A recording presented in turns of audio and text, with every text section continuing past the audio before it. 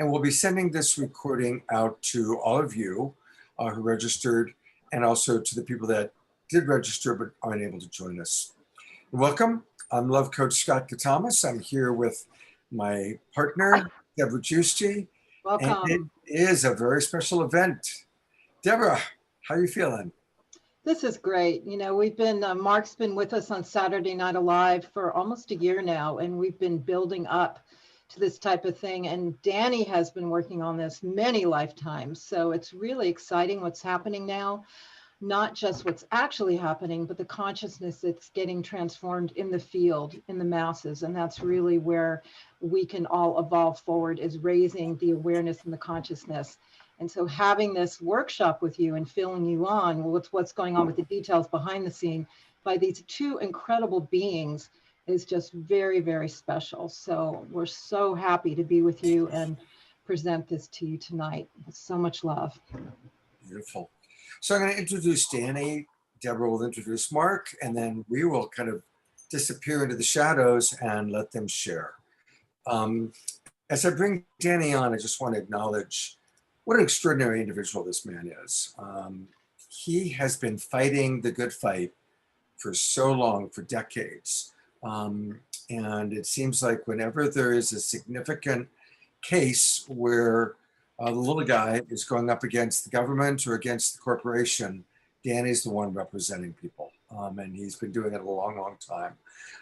Karen Silkwood and Pentagon Papers way back, and Standing Rock, and of course what we're going to be primarily talking about now with Lue Elizondo. So, and one thing I just noticed when we were talking with Danny about it, you know, when we were in the other breakout room, just how chill he is. I mean, it blows me away that somebody who has spent that much time in courtrooms, you know, fighting tough fights, is as loving, as chill as Danny is. So let's all twinkle Danny.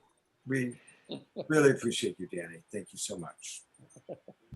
And Deborah, you want to introduce Mark? Yes, Mark Sims is an amazing being. He is very accomplished, computer scientist, has had many technology businesses that he's created and sold, but he's had a major spiritual awakening. And through that, he's dedicated all his being and his resources to the awakening of the planet, especially in relationship to UFO disclosure and our very healthy, expanded, evolutionary relationship with the higher galactics.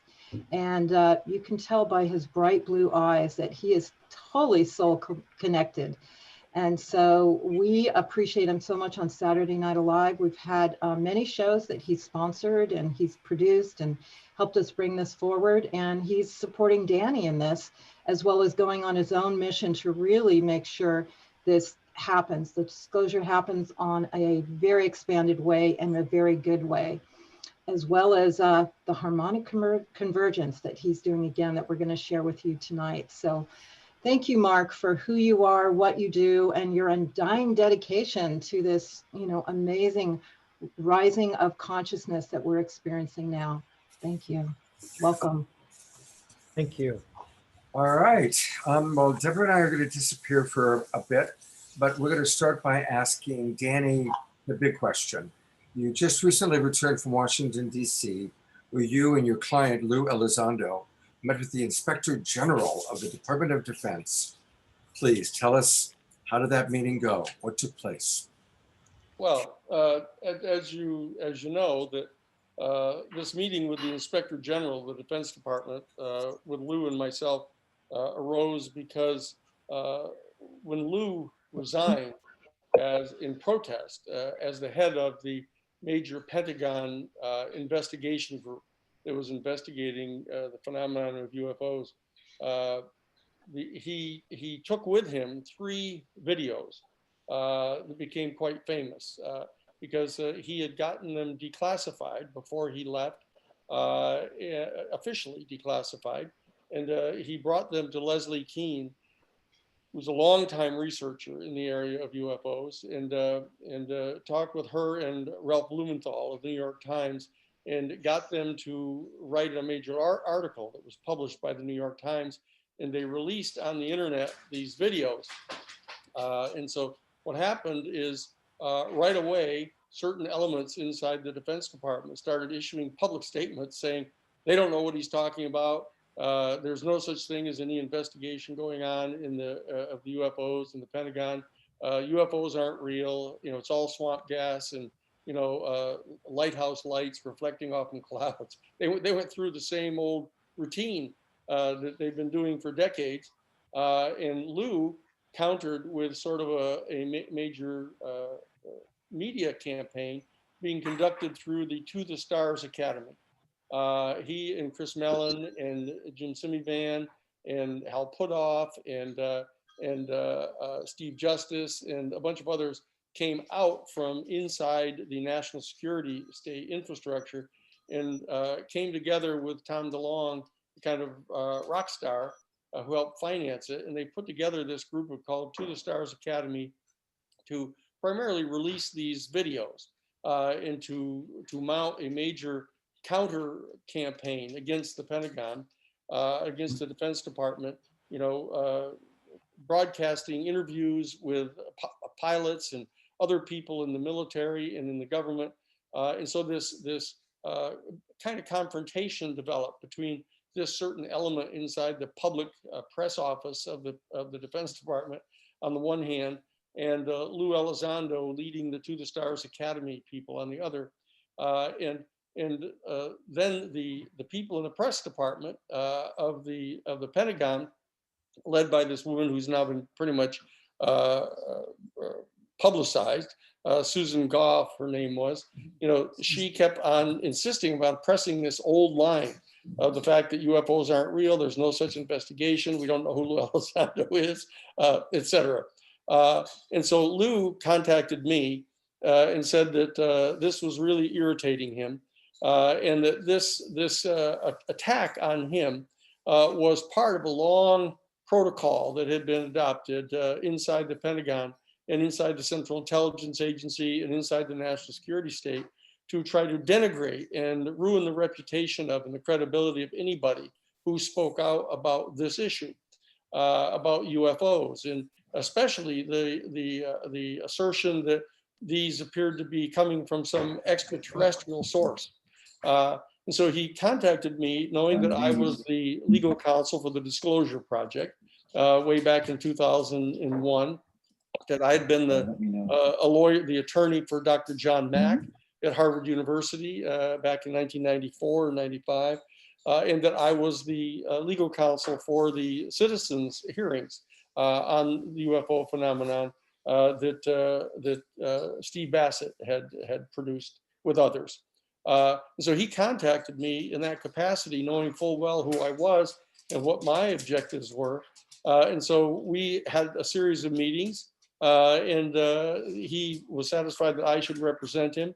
And so we launched a counterattack against the Pentagon and prepared a major complaint against the people inside the Pentagon and the Defense Department, arguing that they were lying. They were lying about Lue. They were lying about the existence of the Advanced Aerospace Threat Identification Program. They were lying about the UFO phenomenon. They kept on flogging this old dead horse that these were some kind of alien, some kind of non-alien threat. That at most, if they weren't swamp gas or lighthouse lights, they were some mysterious advanced technology that may have been developed by Russia or China. And this whole threat analysis started coming out. And this particularly distressed Lue, saying that, look, to try to shift from there's no such thing as these things to, oh, well, they may be a threat from China or Russia, and so we better gear up a massive Defense Department spending for more weapons against them. He was so upset about this that he said, okay, the time has come now for us to file this complaint, an official complaint with the Department of Defense against the people inside the Defense Department and at the Pentagon who are continuing this kind of lying protocol. And so we filed that complaint on the morning of May 3rd of this year, almost 2 months ago. And immediately later on that day, the Defense Department, the Space Intelligence and Engineering Oversight Division of the Inspector General's Office, a fellow named Randolph Strong, an assistant inspector general, issued a public memorandum asserting that somehow the Defense Department had suddenly decided that they were going to mount this a major evaluation to determine to what degree any Defense Department agency may have taken any steps whatsoever with regard to the UFO issue. And so that there was this announcement of this kind of more general evaluation that they were going to engage in. And then Lue received right away a communication from the whistleblower retaliation subdivision of the Inspector General's office, setting up an interview, a sworn interview with him, kind of putting pressure on him that he had to swear under oath that everything that he was saying was true. So we had that Zoom conference with them. And then he was contacted by another division. You had a third division of the Inspector General's office, this being space, missiles, and nuclear oversight. And they asked to have an interview with him and wanted him to come to Washington. He insisted that I come with him. And then they backed up a little bit. And they said, okay. They said, okay, we'll This is a visual. Hello, you know, we'll have your lawyer come with you, but we're gonna have to bring our lawyer. And so they brought the Defense Department lawyer, and then they brought another assistant inspector general, and then they brought a colonel from the United States Air Force, and then finally they brought Randolph Strong himself, who had been the person who issued the memo about the more broad evaluation they were undertaking. So we showed up there on the 15th of June in Washington, D.C., and went into there's the whole new special installation that has been built just recently right near the Pentagon, which is a Department of Defense office building with an entirely separate integrated set of computers that are not hooked into the other computers at the Pentagon, because 60% of the occupants of this building are the Inspector General's office, who are the ones like the internal affairs investigators to be looking for wrongdoing as a rule if anybody in the Defense Department. Now, in the memo that they issued on May 3rd, Randolph Strong went out of his way to point out that, look, we're not investigating here any potential violations of any law or any rule or any protocol. All we're trying to do originally in this initial evaluation is just to try to assist the Defense Department in having a more efficient and effective protocol for dealing with this issue of the unidentified aerial phenomenon. And so when we showed up for the meeting at the Mark Center, right next door to the Pentagon, they were all there. All the different subdivisions of the Inspector General's office were all arrayed. And so we met with them. And our objective in the meeting was to answer any questions they had, because our objective was to try to inspire these people to actually undertake a legitimate, bona fide investigation to try to determine, what anybody in the Defense Department had ever done with regard to the UFO phenomenon, what kind of lies they might have been telling, what type of deception were they engaged in? Were they engaged in trying to destroy the credibility and reputation of hundreds and hundreds of innocent civilians and people inside the military? So we sort of poured it to them in the meeting to try to get them to expand the scope of their investigation. And Randolph Strong actually put in his memo that they were very open to amending and supplementing the scope of their evaluation as the evaluation proceeded, and that they would be willing to identify other locations that they were going to evaluate. And so that was an extraordinarily important and potentially productive meeting that we had with them for some 4 hours. The individual people that were involved while at first a little bit standoffish and kind of self-conscious about this, because Lue had insisted upon bringing his lawyer.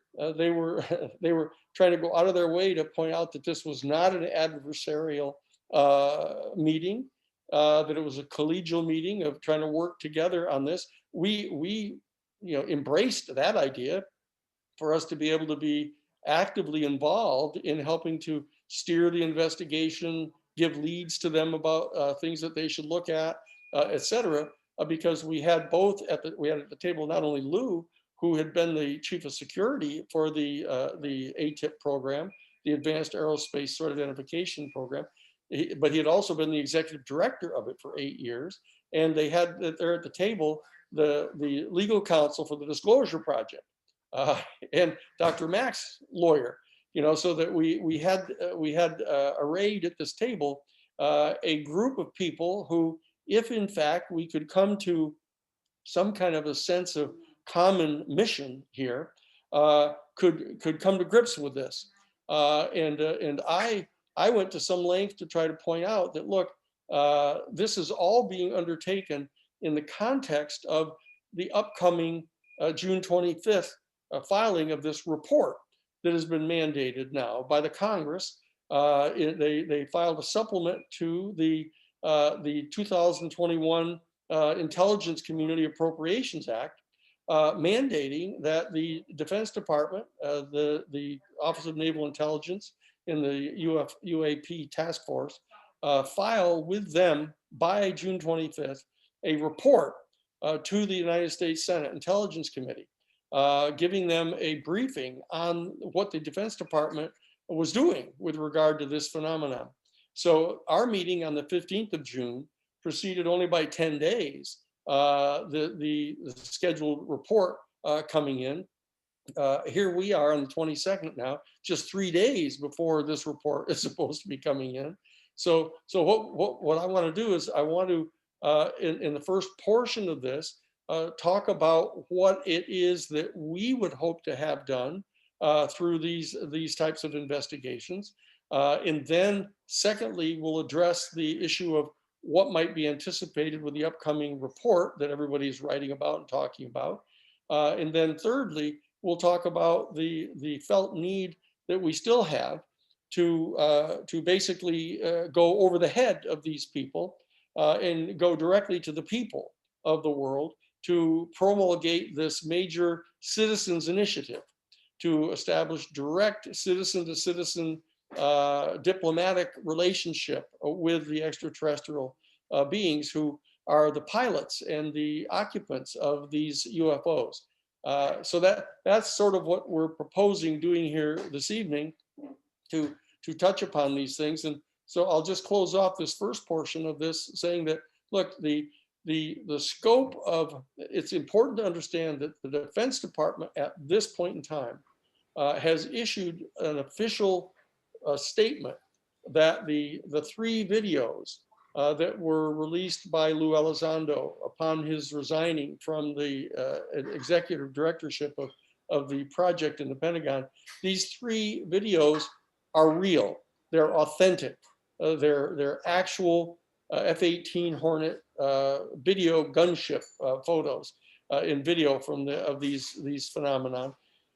And these are real, these videos. Now, that was somehow misinterpreted by a lot of the media, and they came out with headlines saying, US Pentagon declares UFOs to be real. That wasn't exactly what they said. What they said in their releases was that the videos were real. But the interesting fact is that in response to the major media response to the release of these videos, stating that the Defense Department had said that the UFOs were real, the Defense Department did not issue any corrective to that. They did not issue any corrective saying, no, we didn't say the UFOs are real. We said the videos were real. But the momentum built all through the media that the Pentagon was saying that the UFOs are real. And they let that stand. And so that we can anticipate in the report that's going to be coming in 3 days from now, that the Defense Department is going to be compelled to have to acknowledge that the UFOs are real. Now, so that's an extremely important position that we think they're getting set to take officially. This will be a slight amendment of their original statements that the videos were real. That we think they're getting ready to state that the UFOs are real.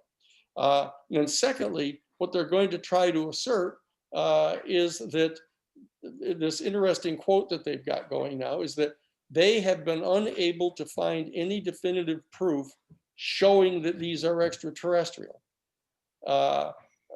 Setting aside for the moment whether that's true or not, that isn't really saying anything. You know, and the headlines that were going out in the New York Times and other places were saying this report is going to say that there's no evidence that these are extraterrestrial. That's not what the study is saying. The study isn't saying there's no evidence. What they're saying is they do not believe they have found any definitive evidence to establish that these are extraterrestrial. Now, if in fact the report is interpreted by the media to be asserting that they don't have any evidence at all that these are extraterrestrial, that's going to be a big problem for the Pentagon, because they have ample information and evidence indicating that they're extraterrestrial. And the fact is that Lue Elizondo is going to insist upon pointing out that there's lots of evidence that they're extraterrestrial. So that we have an upcoming drama that is going to follow immediately on the heels of the release of this report, of a potential continuing dialectic dynamic that'll be going on between the report and Lue Elizondo as the director of the investigation by the Pentagon. So that's sort of in the offing right now, but extraordinarily importantly, Lue Elizondo has responded to the reports of the report. The New York Times on Thursday, June 3rd, issued an article in which they said they have been in contact with a very high-level administration official who has access to the classified portion of the report. They call it the classified annex. And he's asserting that in the annex, the Defense Department report is going to say that they're still unclear about whether or not these might be some new super advanced technology that's been developed by China or Russia. Now, that is totally false. That's totally false. And Lue Elizondo has said so now. He has said so to the Associated Press in a June 4th lengthy interview that he and I participated in.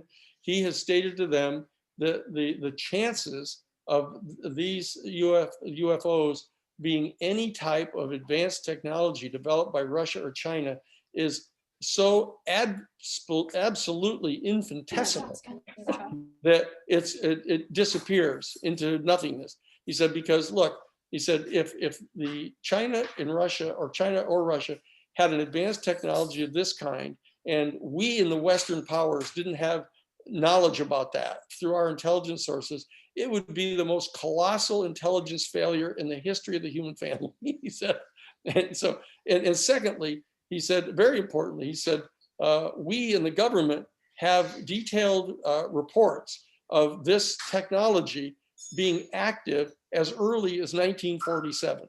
He said, and that to think that China or Russia in 1947 could have had this technology when China, they were still driving around in ox carts with stone wheels, he said.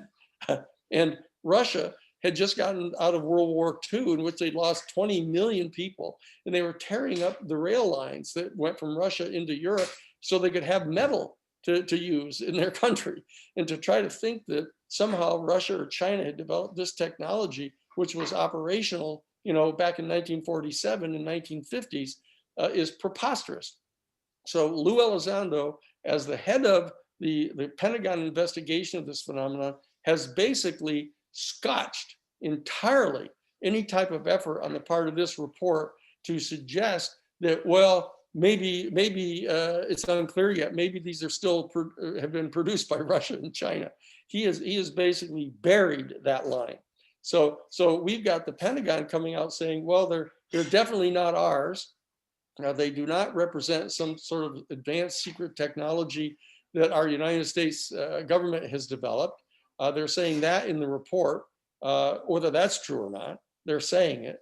And Lue is insisting that there's no significant chance of any kind that these are Russian or Chinese. So what that does is it forecloses, at least for the purposes of the discussion that are going to be going on, both of those options. And so Dan Huff, who was one of the AP reporters that was interviewing Lue, said, he was kind of aghast. He said, well, if they're not ours, they're not from China or Russia, where are they from? At which point Lue said, well, we've been looking at the possibility that they're extraterrestrial or even extra dimensional. At which point the AP reporter was just kind of completely confused. And he was saying, wait a second, are you, as the head of the investigation, United States Pentagon, saying that these, you think these are more likely to be extraterrestrial? At which point we pointed out to him that Dr. Eric Davis had actually briefed the Senate Intelligence Committee back in October of last year on this, and said that the vast majority of the people from inside the Defense Department that have been investigating this phenomenon hold the belief that these are off-world vehicles.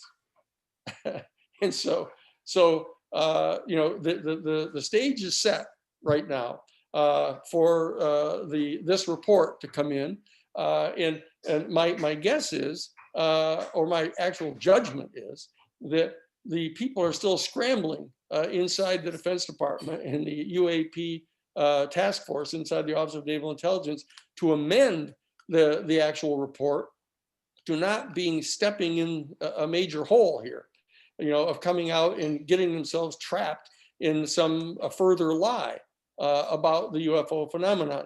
So they're trying to not be caught behind the power curve on this, because the power curve is basically being narrated by Lue Elizondo.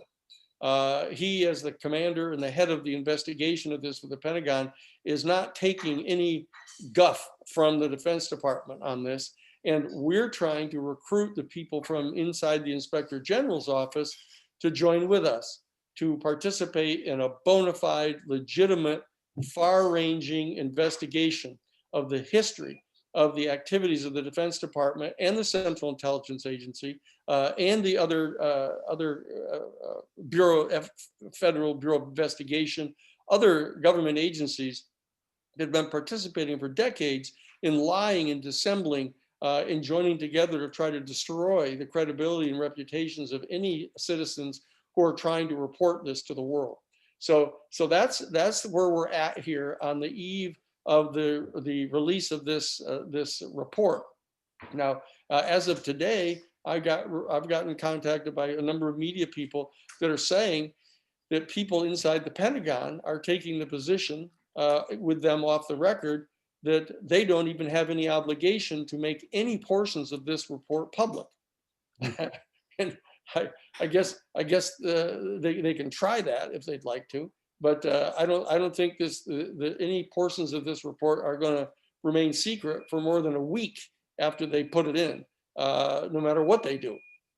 So, because there's just too many media people around, and they've got too many good sources, and we're going to make sure that they have even more good sources, to make sure that they don't get away with this any longer. So we have joined issue at this point with the elements inside the Defense Department, the Central Intelligence Agency, the Office of Naval Intelligence, and the FBI and others who are now, there's a whole new generation of leadership in those organizations. So the question that is really posed is whether the kind of bureaucratic momentum of the previous protocols of deception are going to bind this new generation of leadership in the Defense Department, or whether they're going to join with us as citizens and get out ahead of this thing and try to figure out assuming that these phenomena of UFOs are in fact real craft, that they're capable of flying beyond the speed of light, that they're able to travel in our atmosphere at up to 43,000 miles an hour that they've been clocked at, that they can descend from 80,000 feet down to 50 feet above the ocean in less than 1 second and come to a complete stop, which would subject them to some 600 Gs that would tear to shreds any vehicle that we've ever built here on the planet, and that they can then submerge and go under the water and travel at over 200 knots under the water. And that this is all coming out now, and that they're going to have to come to grips with this reality. And what we're trying to do is to get them beyond the argument about whether these are real, whether these come from Russia or China, whether these are predominantly some secret technology that our military or corporations have developed that we don't know about. Get them past that argument and get to the issue of just who do you think it is that are piloting these things? What are you going to say about who the occupants of these are if they're extraterrestrial? And what are the implications of this for our human family? This is the profound question that has to be confronted, and the institutions can try to defer and delay coming to grips with that fundamental question for as long as they try to. But the citizens aren't going to do that any longer. Our citizens are going to step forward. We're going to say, look, we believe that there's adequate evidence that these UFOs are not only real, but that in fact they're of an extraterrestrial origin, which is demonstrative of the fact that there's an extraterrestrial civilization that surrounds us here in our galaxy, and that we have to start preparing to become part of this galactic community. And so we're going to have to try to deal with developing an entirely new worldview to supplement our spectrum of human worldviews, that all of which are rooted in the fundamental premise that our species is the only sentient, highly intelligent, highly technologically developed species in the entire universe.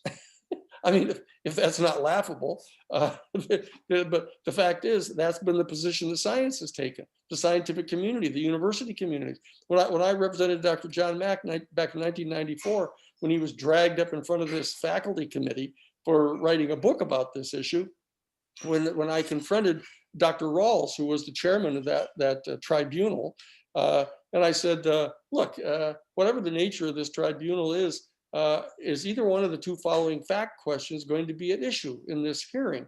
Number one, whether extraterrestrial intelligence exists. And number two, whether at least some of these UFOs that have been cited might actually be vehicles from an extraterrestrial civilization. At which point Dr. Rawls said, well, absolutely, both of those questions are at issue in these hearings, and it's totally ridiculous for anybody to believe either one of those is true. And this was Harvard University saying this. And so our community here, the 117 of us that are here tonight, and the many tens of thousands of us that are all around the country, and the many millions of us that are all around the world, have actually had enough of this, and that we're ready to step forward. We're not going to take this anymore, and we're going to give the institutions a chance to respond, but we're not going to be depending upon them to voluntarily disclose this information to us. They can try to dribble out as much or as little of this information as they think they can get away with, or they can get on board this whole movement. But we'll see. So that's where we are tonight, on the eve of the expectation that this report is going to be filed in 3 days on the 25th, and that you're going to see a barrage of major news media about this report when it comes in. And if the Defense Department attempts to keep it secret, they're only going to lose more credibility, because it's going to come out, whatever's in the report. And if the report that comes out doesn't really come to grips with the truth of this matter, the people are going to insist upon another report, and they're going to insist upon the Intelligence Committee in the Senate, and not only that, but the Judiciary Committee, every other committee in the Congress. This can't be left to the intelligence community, or certainly to the Armed Services Committee. It's got to be taken up by our entire Congress. and by both political parties, by all political parties, and most importantly, by the citizens ourselves. You know, we've got to take our lesson from this experience. The last 75 years, the most important secret in the history of our human family is being concealed from us by the institutions. And we have to bring this to an end, and we have to join together in an upward, positive, forward campaign to get at the truth of this and establish meaningful, positive, amicable relations with the extraterrestrial civilization and get past all this fear mongering and isolationism. So that's where we are tonight on the eve of the coming report that's going to be coming in a few days. Well, thank you very much, Danny. That's just my ideas right off the top of my head. Right. We're going to bring Mark on in a moment, but a couple of key questions that have come in. And just a reminder to everybody, please keep yourselves muted. I can mute people that are in computer, but some people that come in on their cell phone, I can't mute. And so I know that somewhere I've been hearing a lot of kitchen clatter. And so if people could please keep themselves muted, that's really important. We are going to take some of your questions. I'm kind of filtering them, and Deborah Giusti is also filtering them. So that's really, really important. But Danny, a couple of immediate ones. Mm-hmm. Can you address kind of the whole false flag issues and that theory? And also, what's your take on the next generation within the Pentagon versus the old guard and how things are going? And kind of along those lines, what direction do you think the Inspector General is going to take? Do you think that the Inspector General really is going to be aggressive about getting the Pentagon to release prior records, or cave into the pressure to not do so? Well, let me take the second part of the question first. I believe at this point in time, the individuals inside the Inspector General's office who have been assigned to this task are still trying to figure out whether they are actually authorized to conduct a genuine investigation of this. They don't know yet.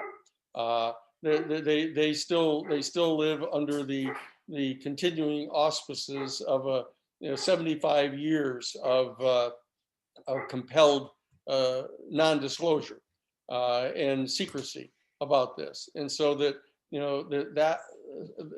we don't know yet whether they've ever gotten the memo on the fact that this has changed. But importantly, we don't know that there is any such memo yet. We don't know whether it was Lue Elizondo in his release of these 3 videos that have basically broken the dam here, and that the Defense Department is filled with a bunch of little Dutch boys, trying to put their thumb in the dam to try to close it up again. We don't know, but we're perfectly willing at this point to take them initially at their word that they have a genuine interest in analyzing this. But we're going to try to help them understand how they articulate their desire to expand the scope of their evaluation to turn into an investigation, which are different categories right now. An evaluation is basically an attempt to determine the scope of their jurisdiction. That's what's really going on right now. And so we're going to try to get them convinced that their jurisdiction ought to be expanded. And we're trying to get them to believe that their jurisdiction ought to extend beyond an evaluation into an actual investigation. And I'm aware as a lawyer, that there are different standards there. That they have certain standards as to what standards they have to meet to initiate an actual official investigation. And there's, Terry versus Ohio. There's a whole bunch of cases that exist, and so I can help them with the benefit of my counsel on how they can move from one standard to the next to meet those legally identified standards. And so that's what we're going to be doing with them. And so we'll see how bona fide this whole undertaking is going to be on the part of the Inspector General's office. But Lue and I are both willing to start with an assumption that they are going to try to do a good faith analysis of this.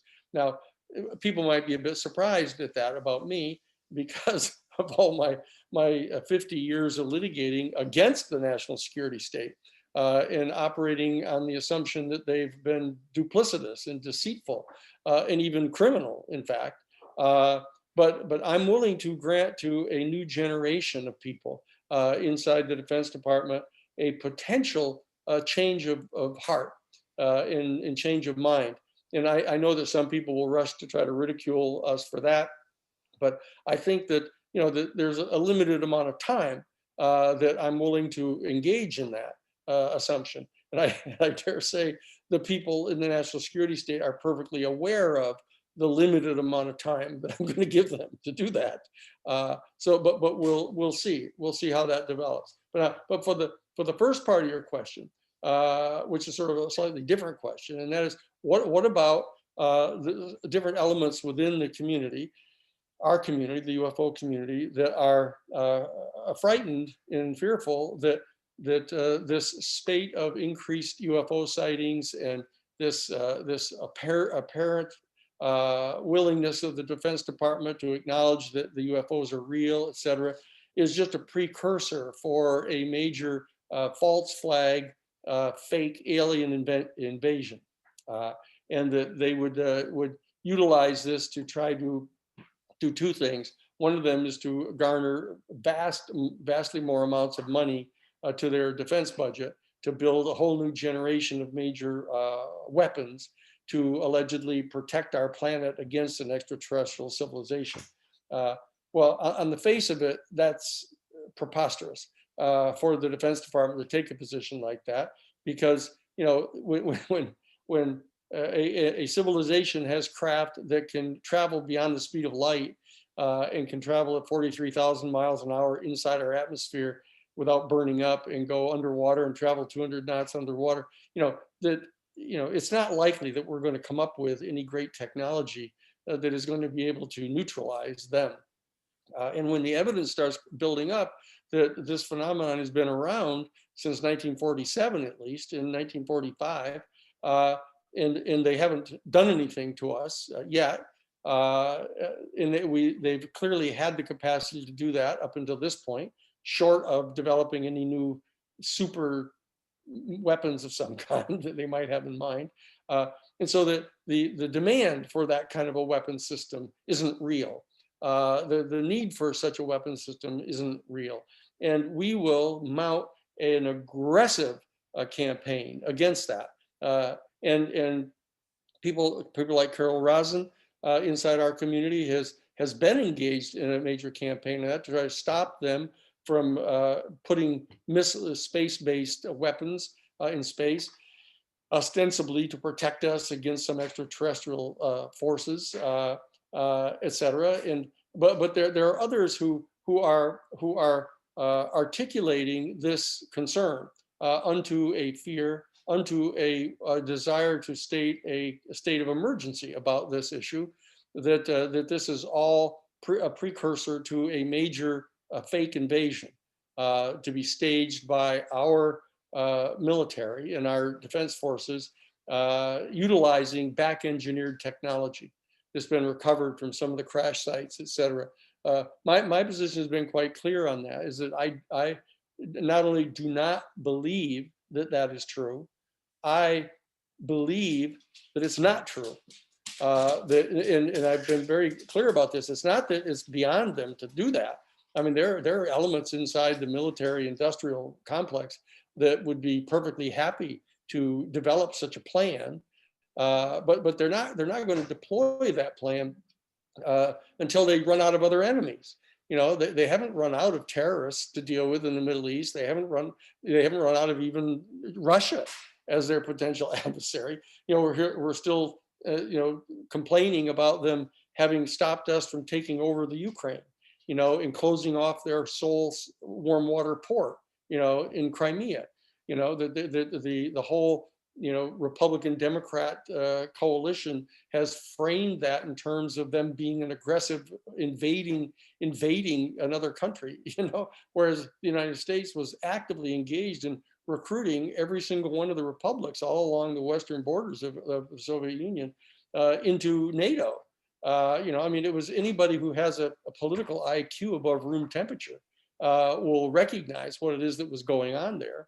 And so they've got Russia still to deal with. They've still got China as the rising Asian empire, which isn't surprising anybody who even reads.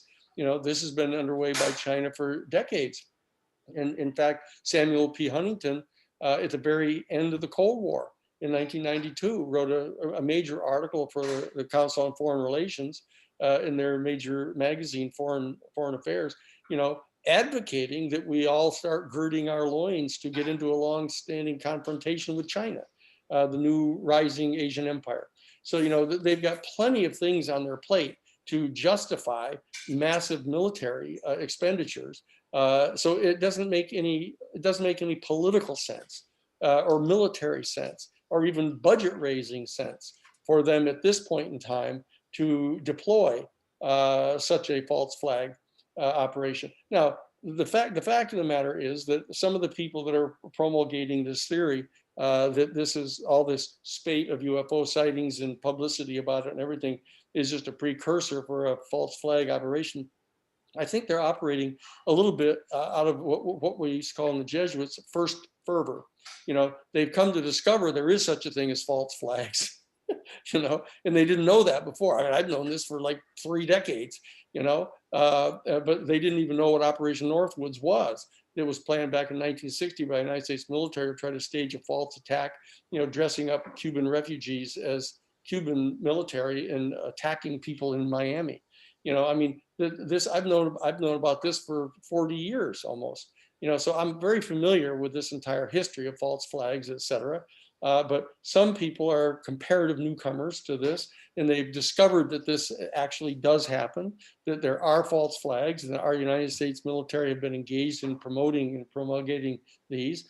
That's all true. But my opinion is that succumbing to false fervor about this issue at this time, directly contrary to the evidence of the political situation in the world right now, that provides all kinds of opportunities to the military to maintain massively high military budgets. In addition to that, they have access to this almost unlimited black budget, that they've had access to for years and years. So it just doesn't compute. It doesn't compute to me. And not only that it doesn't compute to me to cause me to believe it's true, it doesn't compute so much that it's clear to me that it's not true. And so therefore, it's really important that we not get distracted, when we're right at this very moment of coming to grips with the extraterrestrial nature of the UFOs and working at trying to get the institutions of our government to come to grips with this reality in a time that we've been working toward for 75 years, basically since Roswell. So when we're right at this moment, I don't think it's a good idea to try to distract the community by leading them off into some false direction that, what we really need to be worrying about now, now that we're on the brink of getting them to acknowledge that they're extraterrestrial, is get caught in kind of a primitive dialectic with the national security state, which I've been engaged in for decades, as you know. I mean, I've spent more time beating up on the national security state than most people have been alive, even on this broadcast. So I believe that I have a fairly high level of credibility on this particular issue. And so I want to make it clear to everybody what my position is on this. And I'm not faulting different people who may have a different view on this. All I'm saying is that I think that they're being premature about this, to put it clearly. That there may come a point in time in the future when those kind of elements inside the national security state infrastructure would think that it's timely to try to deploy such a plot, but it's not now. And I do not believe, I would use the same quote of Lue Elizondo. I think that the chances of this being actively underway right now is so infinitesimally small that it can be functionally set aside for a future discussion. But the fact that they're so worried about it now and getting out ahead of it to try to to salt the ground, as it were, of such a plan, has some minimal advantage to try to start getting people prepared for such a horrible thing, to conceive of it. I mean, probably 90% of the people in the country don't even know what a false flag operation is. So, to help educate people about this ahead of time, and the worst that you can say is that you may be out ahead of this thing considerably, is a positive way to look at what it is that's being set forth by people in the community, revealing the existence of this particular concept. So that's my position on both of those parts to your question. Thank you. We are going to bring Mark on in just a moment. Victor just wanted to clarify something, and then one last question for you for now, Danny. Victor just wants to clarify, the report will be given to the Senate committee on June 25th, yes, but it's not made public until it's been evaluated by the Senate committee. Is that accurate? Well, I would assume that's what they're going to do. But what's happened, as I understand it, is the task force itself, in cooperation with the head of the defense, the director of national intelligence, they have already divided the report up into a classified annex and a non-classified portion. And so if there's a portion of it that's not classified, it may well be that the people on the Senate Intelligence Committee will want to have some time to read through it and familiarize their staff with it, and to be able to be in a position to answer some questions about it, et cetera, before they decide to release it. But my guess is that within 24 hours of the people on the Senate committee, the Senate Intelligence Committee, getting their hands on this report, it's going to be in the New York Times, in the Washington Post. And Lue is already scheduled to do 2 more 60-minute interviews. Oh, wow. By the way, so I imagine Chris Mellon will be there too, and Chris Mellon is another guy you got to look at. Chris Mellon is a real major participant in this effort to get this information made public, and I know people have, and understandably, have developed a certain sort of attitude about Chris Mellon, because he was the Assistant Secretary of Defense in charge of intelligence, all during a continuing period where lies were being told about this. And he had to know that lies were being told. And he had to have been sort of part of that entire bureaucracy that authorized lying to go on. For example, under the Clinton administration, he was the Assistant Secretary of Defense for Intelligence under both Clinton and W. Bush.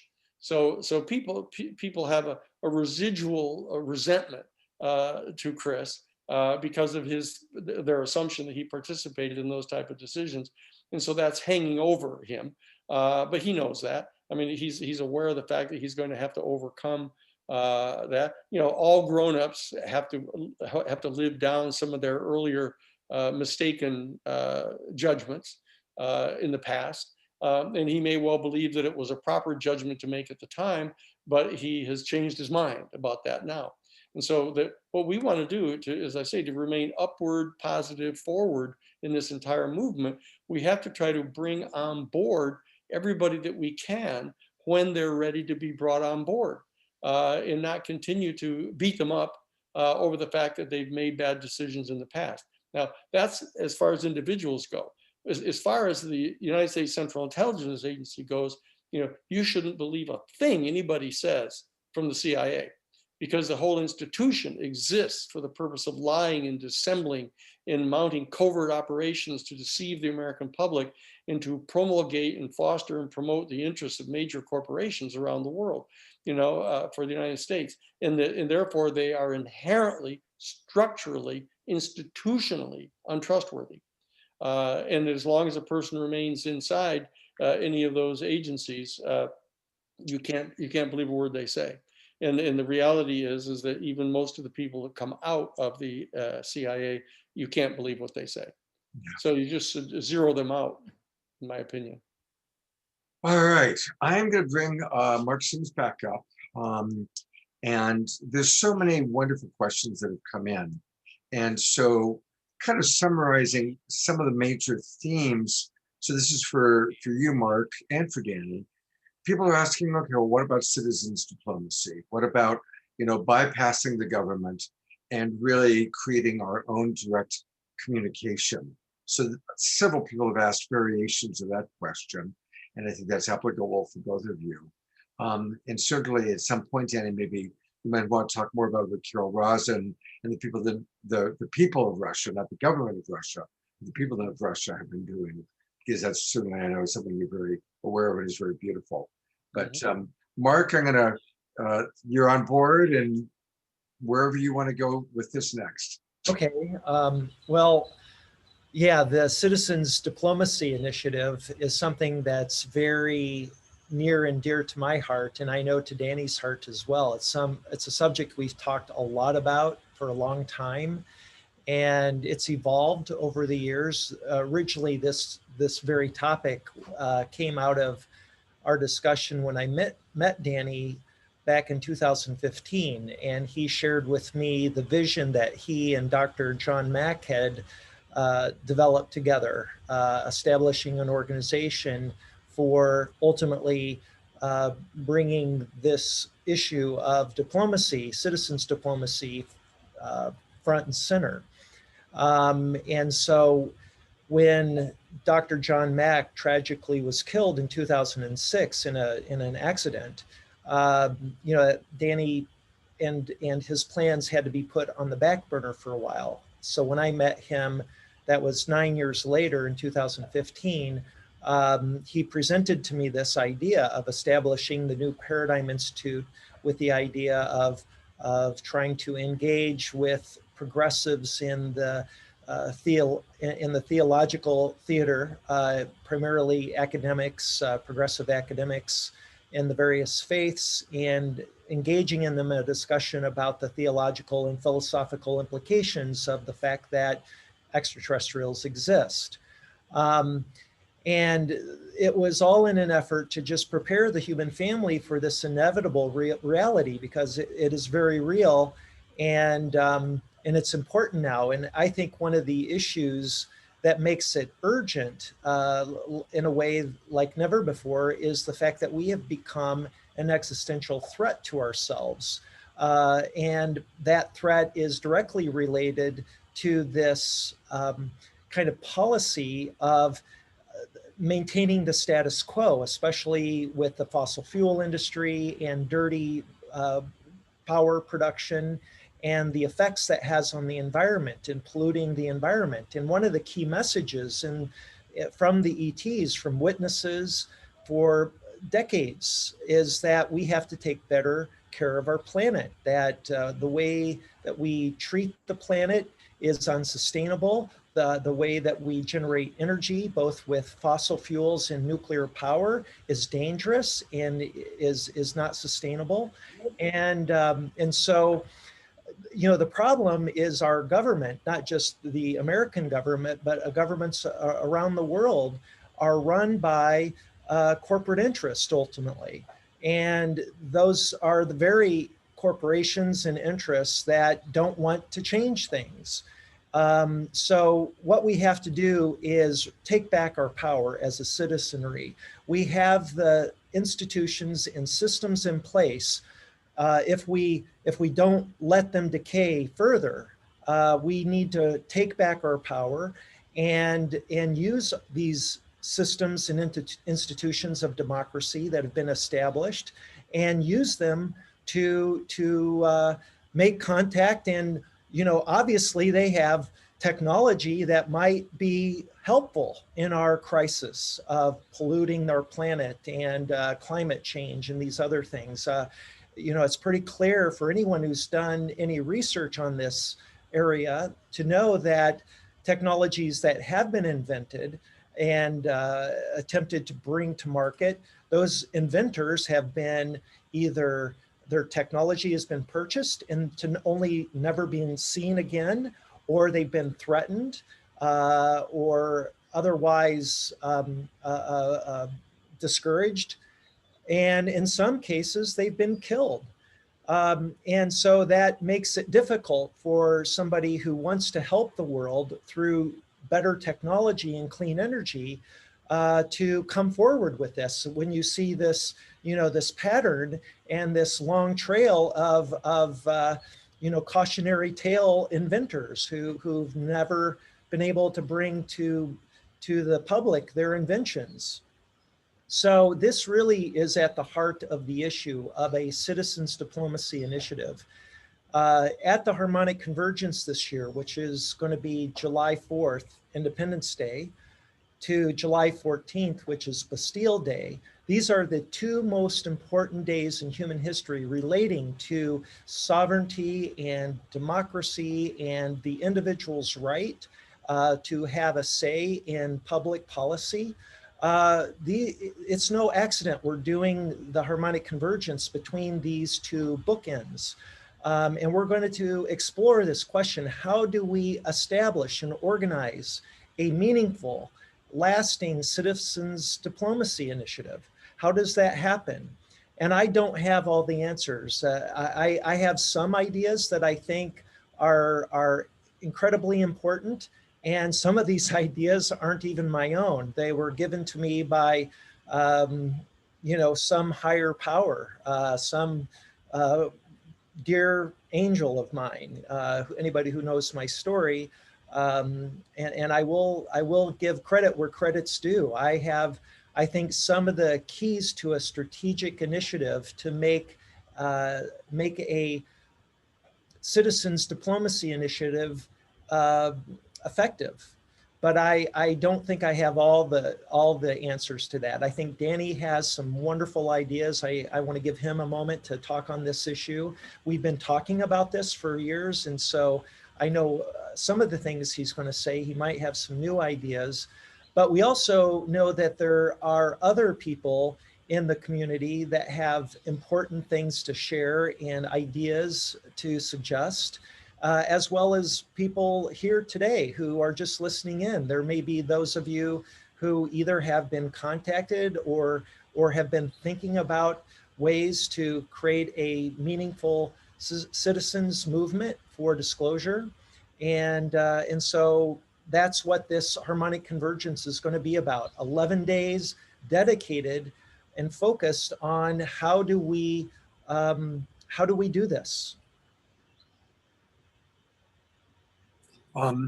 So I'm going to bring Danny on again. And a lot of people, of course, are asking questions that are kind of a spiritual nature, a belief system nature.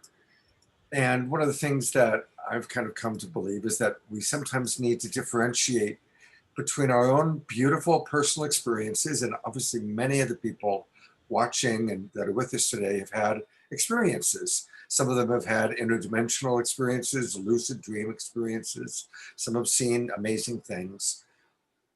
My question for the two of you is, how do you differentiate between a person's personal experience and what, let's say, takes place in group consensus reality?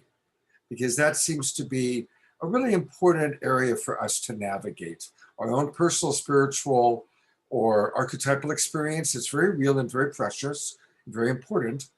And then actual events, such as probably Roswell in July of 1947, where something took place in group consensus reality. So there's a question for both Danny and Mark. Do you want to answer, Sure. Danny, or? Sure, I'll take a run at that too. I think obviously a person who has had a direct, immediate experience of a dimension of reality or an aspect of reality that she or he is convinced is true is going to govern her or his personal judgments about everything. It's going to have a major impact on their entire worldview.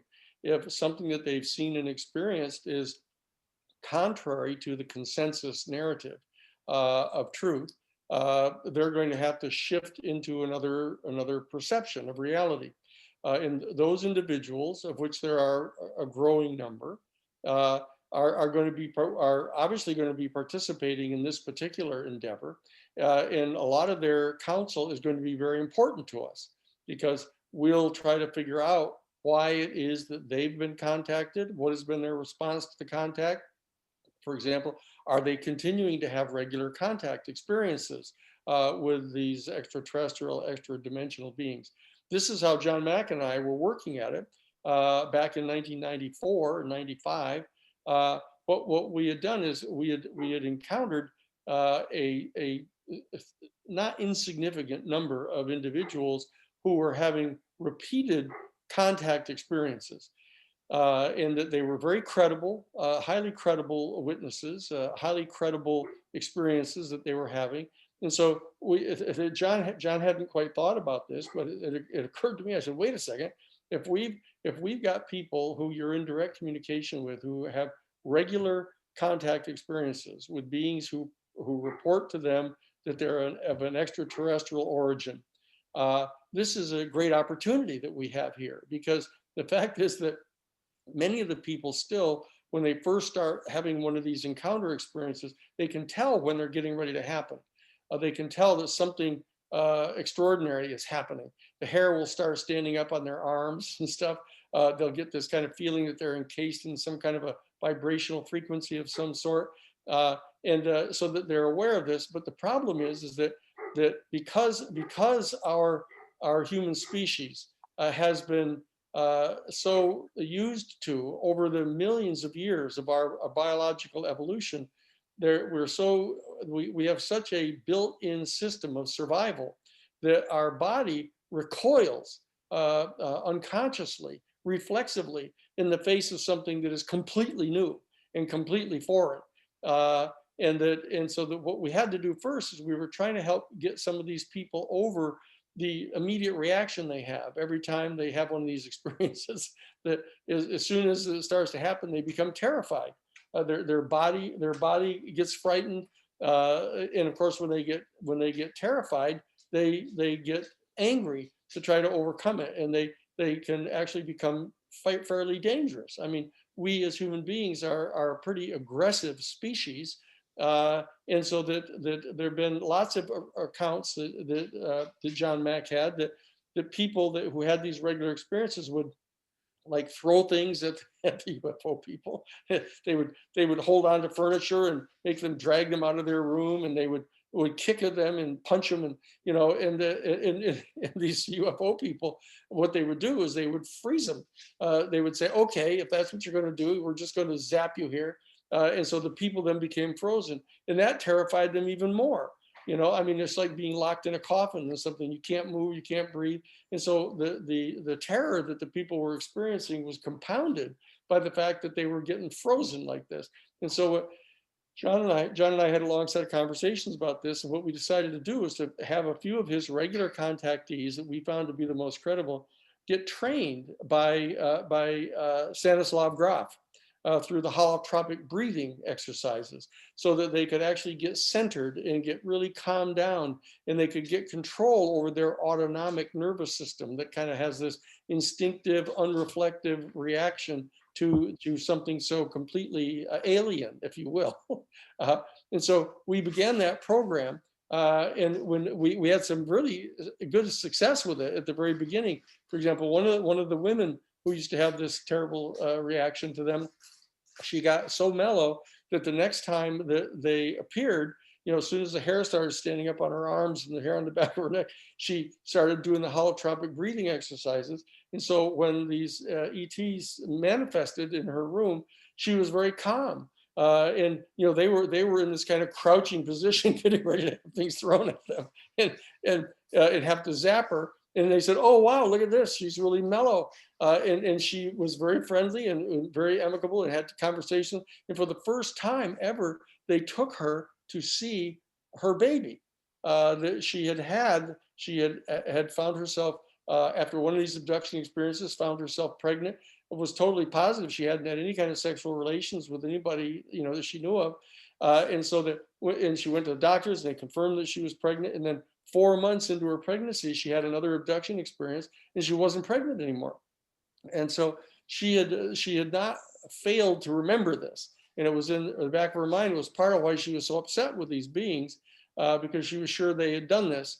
And so when she got trained through the holotropic breathing, and she stayed very mellow. When they appeared the next time, she began to talk with them about her child and what is happening with the child. Is it a boy or a girl? And they were actually kind of dumbfounded at her. And they, for the first time ever, they agreed to take her to see her baby. And so she told us all about the details, about how they took her up to their craft voluntarily this time. And instead of experimenting on her anymore, what they did is they had her take her clothes off and get into this pool of like gelatin-like stuff. This aqua colored gelatin stuff. And she was to submerge herself in it and breathe it in and fill her lungs up with this that were filled with oxygen, this material. And so that she just had to do it. And it protected her against the G-forces, apparently, that at least through part of the trip. And so they brought her to their planet. They took her down to meet her child, and she got to hug her child and love her child, and then they brought her back. And so it was such a positive experience that we said, wait a second, why don't we begin to have a whole program of doing this, of having people, because a lot of people will say, yeah, well, you know, I know the UFO people are right, and if they show up in my bedroom, I'm just going to go, hey, howdy, how are you? And what they do is they piss their pants instead. You know, and they go, whoa, holy mackerel. Right. On third thought, you know, this is kind of frightening.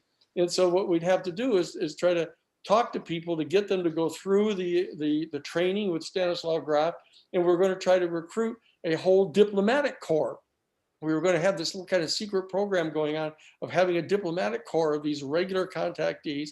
And then we said, look, why don't we expand this? And so we were actually in negotiations to try to figure out how to put together a new paradigm institute, which we're going to call the Worldview Institute at Harvard.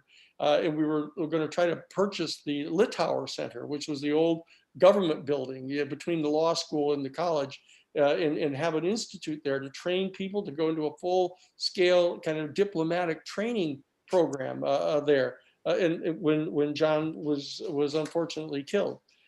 And no conspiracy involved. Got hit by a drunk taxi cab driver in England from looking the wrong way. His last words were, "Oh, so stupid! I was looking the wrong way." You know, that's what he said. And so that the bottom line is, this has been something we've been talking about for a long time, and we've had all kinds of experiences with. In the Project for Extraordinary Experience Research that he had, the peer group at Harvard, where we got to meet dozens and dozens of people who, and part of my job, just like it was later in 2001 at the Disclosure Project event we had at the National Press Club, part of my job was to vet these people, to really determine whether or not they were of such a level of credibility that even a jury would have believed them, you know. And so that was partly what I was doing. So I was helping to meet with these experiencer circles and try to figure out who the likely candidates were for this program when John was killed. So that it doesn't take much to get me started on it again. And so when Mark came to see me at our institute, you know, because he'd had this experience. And he was in the category of people who now know. It's not a question of guessing or coming up with probability projections. So he knows that this is true. And so that he had the level of confidence in what we were talking about to say, this is a great idea. What we ought to do is we ought to consider how we get started on this. So we tried to recruit some of the people in the academic community to begin with. So we set up a shop up in Berkeley, up at Holy Hill, where they have I think there were probably 30 different religious denominations have their seminaries up there in theology schools. And so we started meeting with them to try to start to get this done. And so this has been underway, and we're now talking about having a virtual institute, a new paradigm institute, that we can utilizing the technology of like a Second Life or the observation deck or those kind of things, to build a virtual institute where people can come through their little avatar and come to the meetings, sit at the round tables to discuss things with us, come to attend lectures, go to motion pictures, movies and stuff that they may not see otherwise. Given the modern technology that we now have, we can do that. And we have as a backup, some part way off in the future, we have a very gracious benefactor, Andrew Beath, who is the head of the Earthways Project, who has an entire castle up on Clear Lake, 100 miles north of San Francisco. It's a big, a 60,000 square foot Art Deco hotel with a 10,000 square foot attic in the place, on an 18.5 mile long lake. Yeah, but it's a major lift because it's got 1929 wiring, and it's got to have all of the proper entrances, everything. So what we've done is, instead of going down that road right now, we're talking about doing the virtual academy or an institute, so that we can invite people in to come to lectures, to come to conferences together, to come to we're going to get a Jordan Peace, for example, who has the Rogue Valley Metaphysical Library up in Ashland, Oregon. He's got virtually every single UFO movie that has ever been made, every book that's ever been written, every lecture that's ever been attended, all the documents and stuff.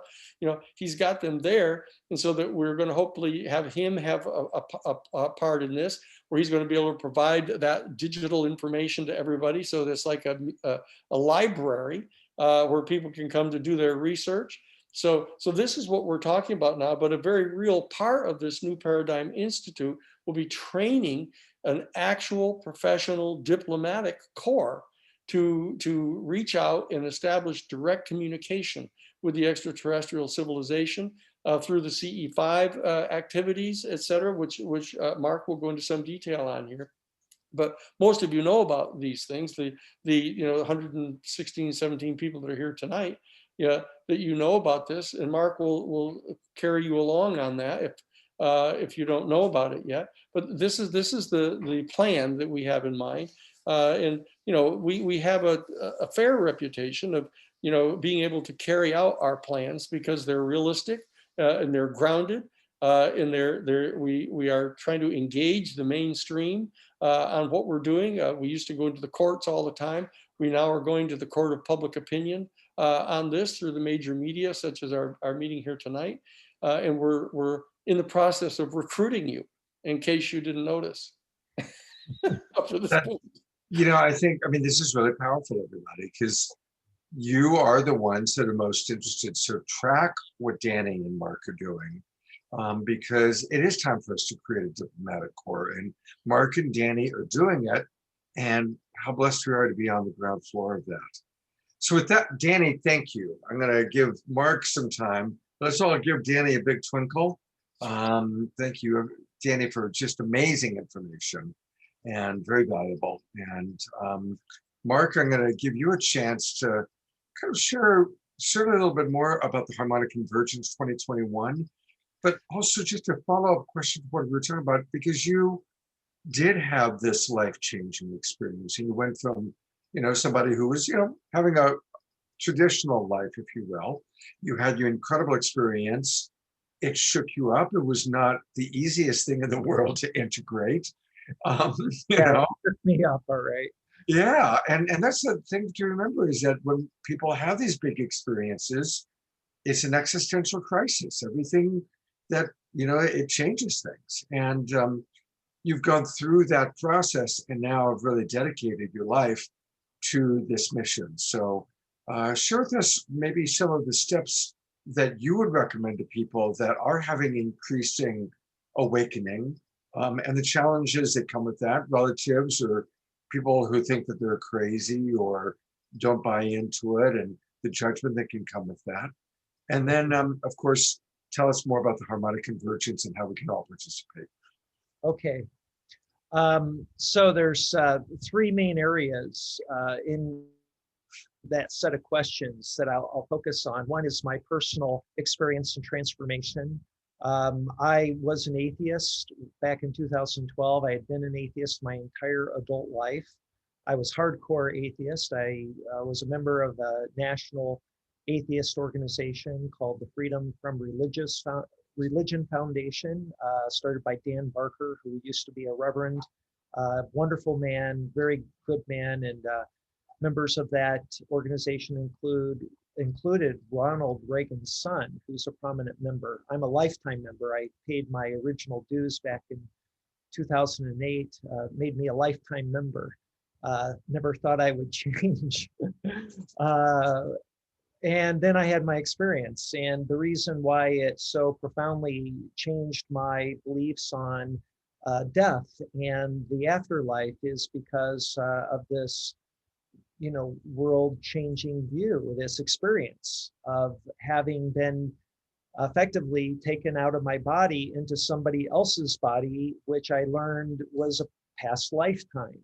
And I experienced that previous lifetime's death. I spent the last few minutes experiencing that lifetime right up to the time I died, which in one case I was executed, and the next time I was shot by a hunter. I was a wolf.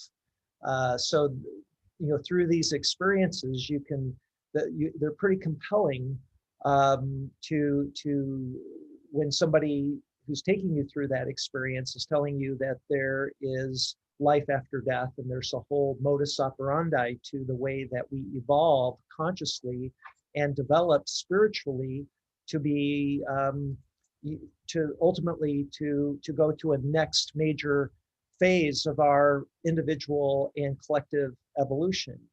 And what I learned through that experience and over this 13-day period is the history of where we've come from together, and how that process works, the purpose for it, and where we're going, and the next major stage of our conscious evolution.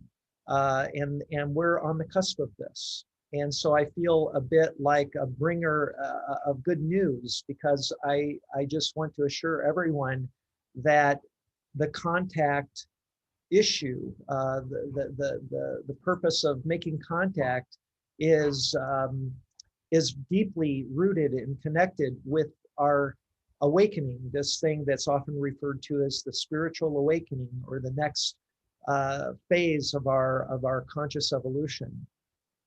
I could go into a lot of detail. I won't here because that's not the purpose of this, but I just want to answer the main part of your question, which is, yes, indeed, I was changed almost overnight from an atheist to a believer in reincarnation, and to the idea that some part of us survives the physical death to continue its journey and development. And so that to me is exciting, especially when you understand why that works the way it does and the purpose of it. It's beautiful, and that's something I'm very passionate about sharing with the world. And I've been preparing for the last 9 years to gain the confidence and the ability, the articulation of conveying a very complex story, not just my own personal story, but the overarching story about the history of the world and our intimate relationship with what I like to refer to as our star family, because they really are family members. And you can think of them as both family members in the traditional sense, like our grandparents that have moved on. I believe that indeed these are examples of part of this phenomenon that's now referred to as the unidentified aerial phenomenon. I believe the orb phenomenon is a form of an advanced ascended being that was once human or some other type of physical being that is manifested into an orb, and that's how they get around and appear to us. And they can change into various shapes and communicate through these orbs.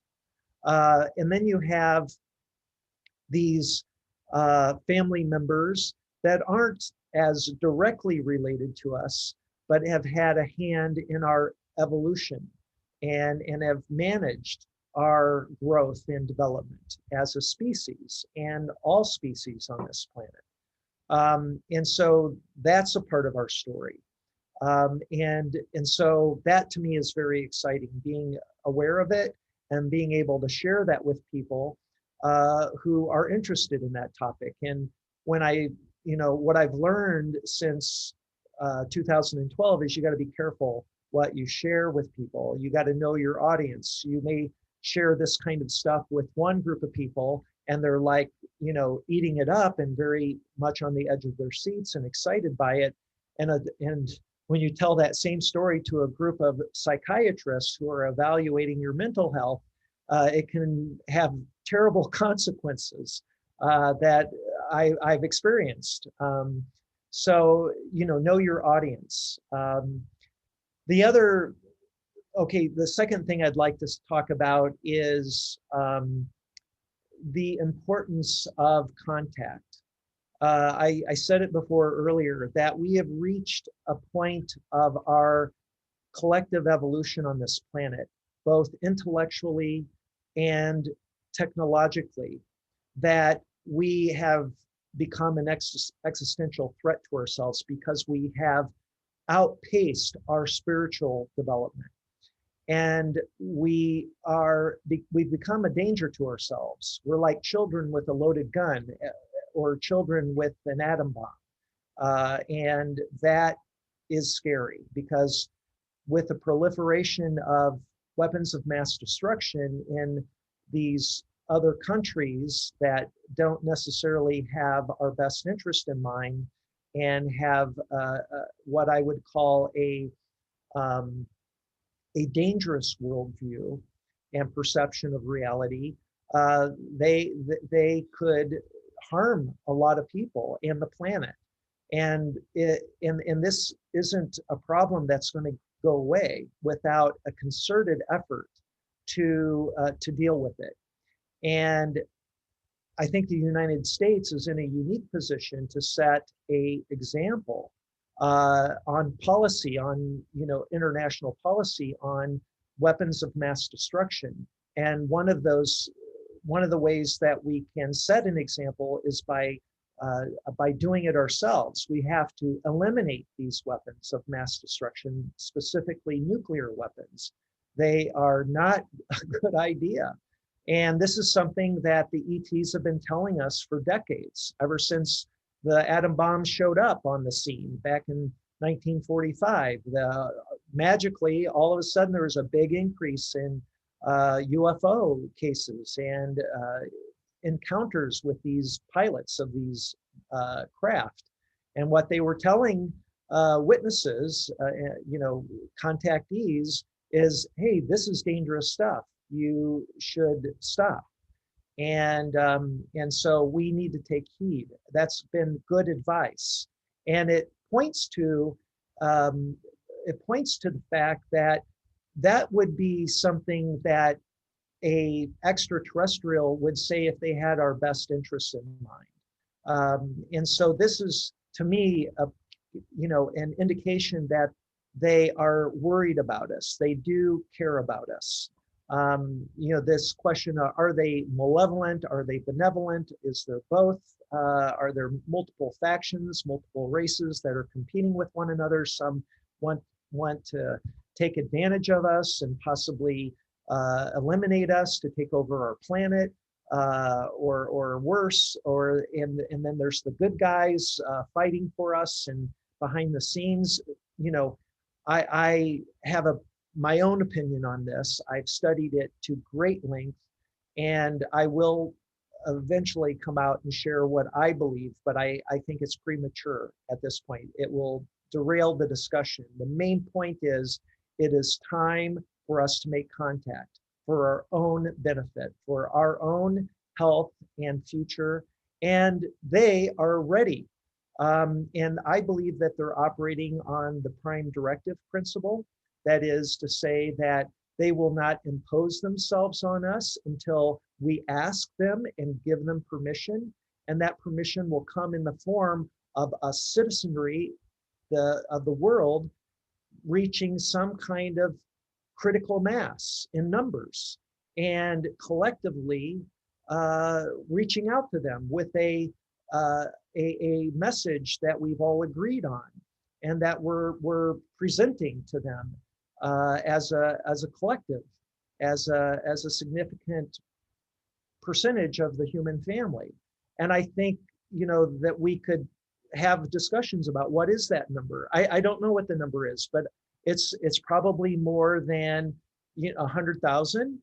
It's probably less than 1 billion. There's somewhere in that range, there's a tipping point that once met, they will have no choice. Well, they always have a choice.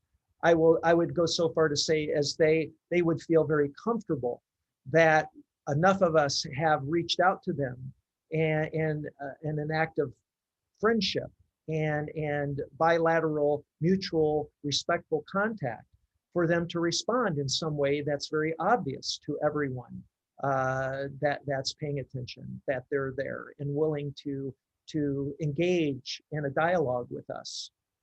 So what we're doing at the Harmonic Convergence this year over this 11-day period between Independence Day and Bastille Day is talking about how to go about this process. What are some of the strategic initiatives that would be part of an overarching plan to make that makes sense, that might have a chance of success?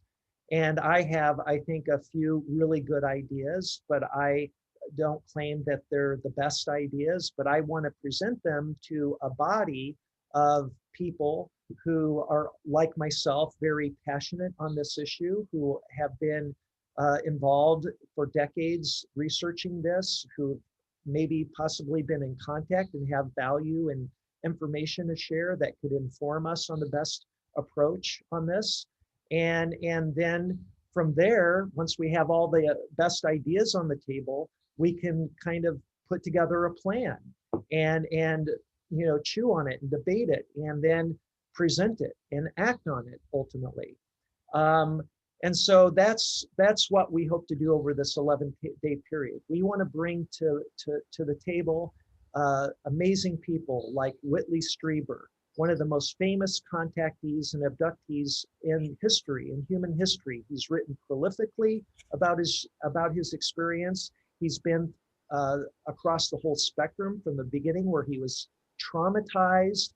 He was just beside himself with fear at times.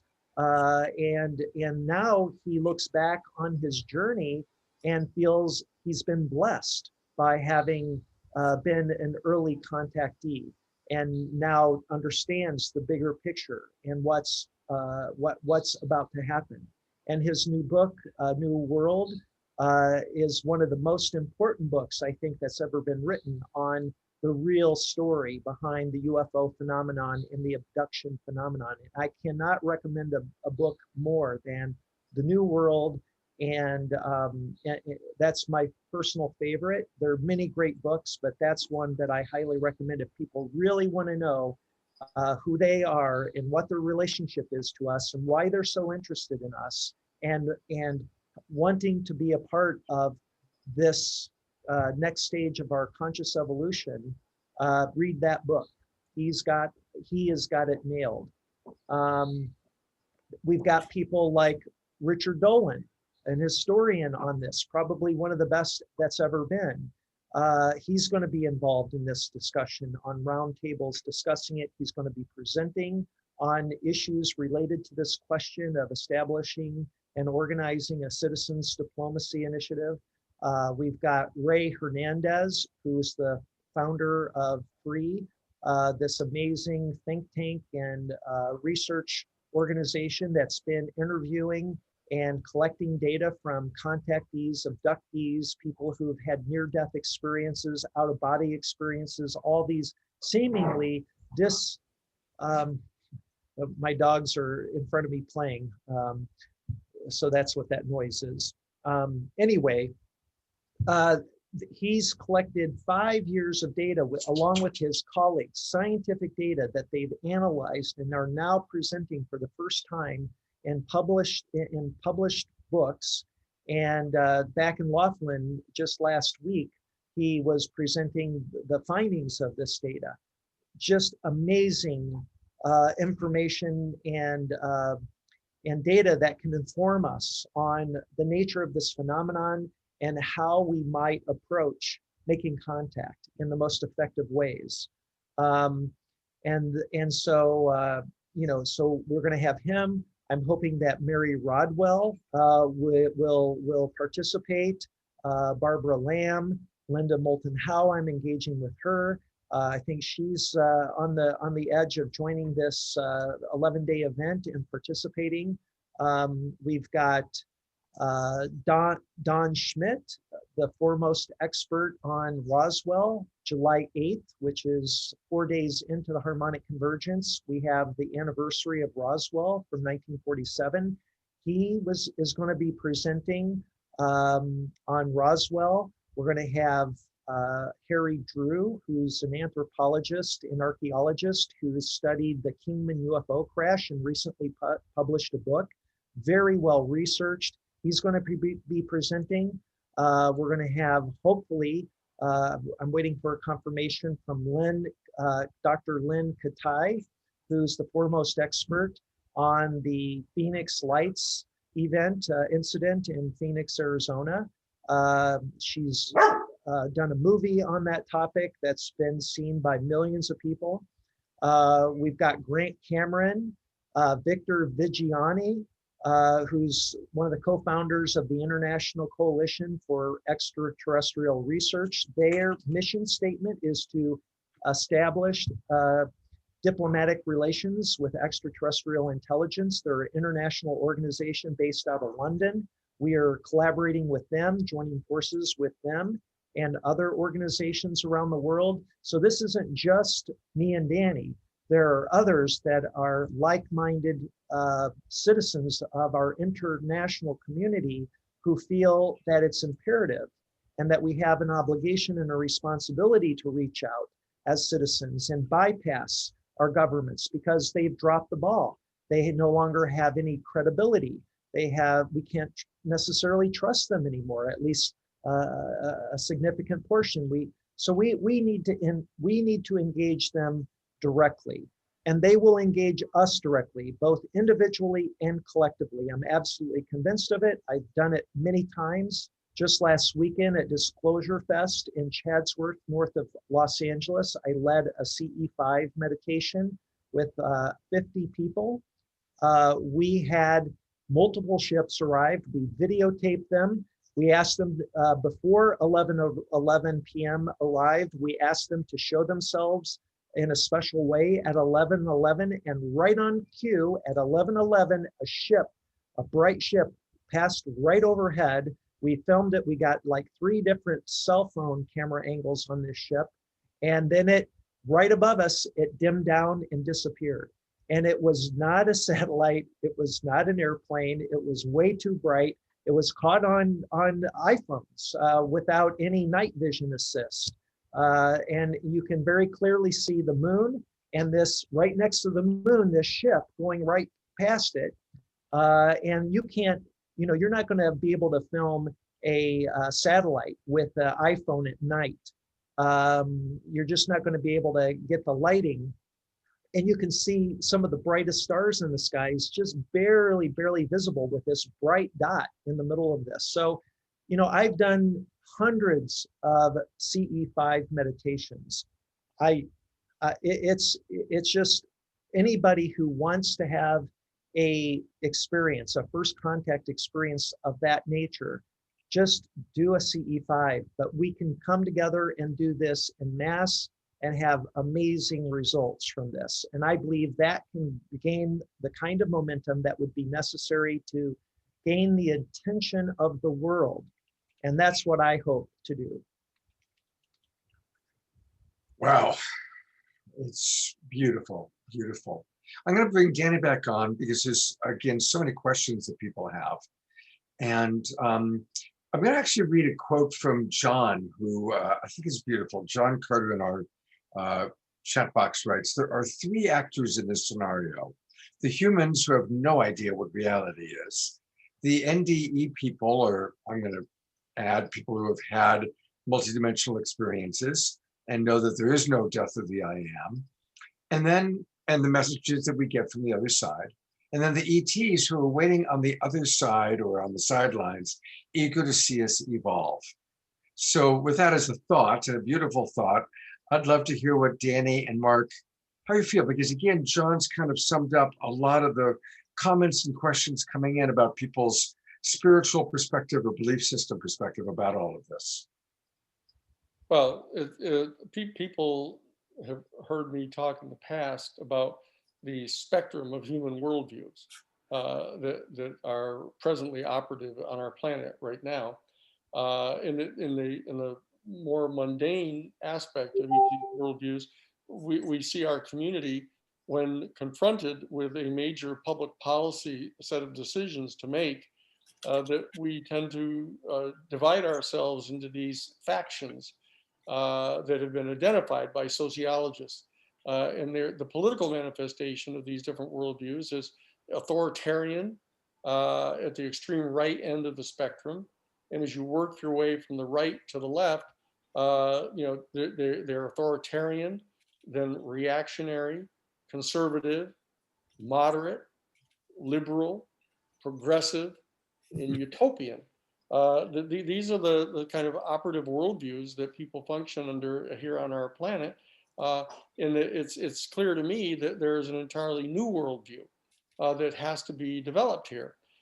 Because I mentioned it in passing, that all of these major operative worldviews of our human family at the present time are all rooted in the fundamental common premise that we are the most highly evolved sentient intelligence in the entire universe, and that somehow the universe exists solely as a stage on which to play out the drama of our evolution from the kind of a single-celled, a primitive life form in the primordial slime of millions of years ago, billions of years ago, up into a star-faring species that will go out and populate the universe. This is a myopic perception of our place in the universe, and I think we're getting ready to be shown that. And so that what we have to do is we have to work from the ground up to prepare ourselves to prepare an alternative worldview that can actually place us in a position of value in a much larger and more complex universe, even a multi-dimensional universe, as you touched upon, in order to understand our place without becoming completely confused and uncentered. So that's a process that really has to be undertaken right now, and there are a number of different players. So each of the adherents to these particular worldviews are all, in a certain sense, a collective player in this drama.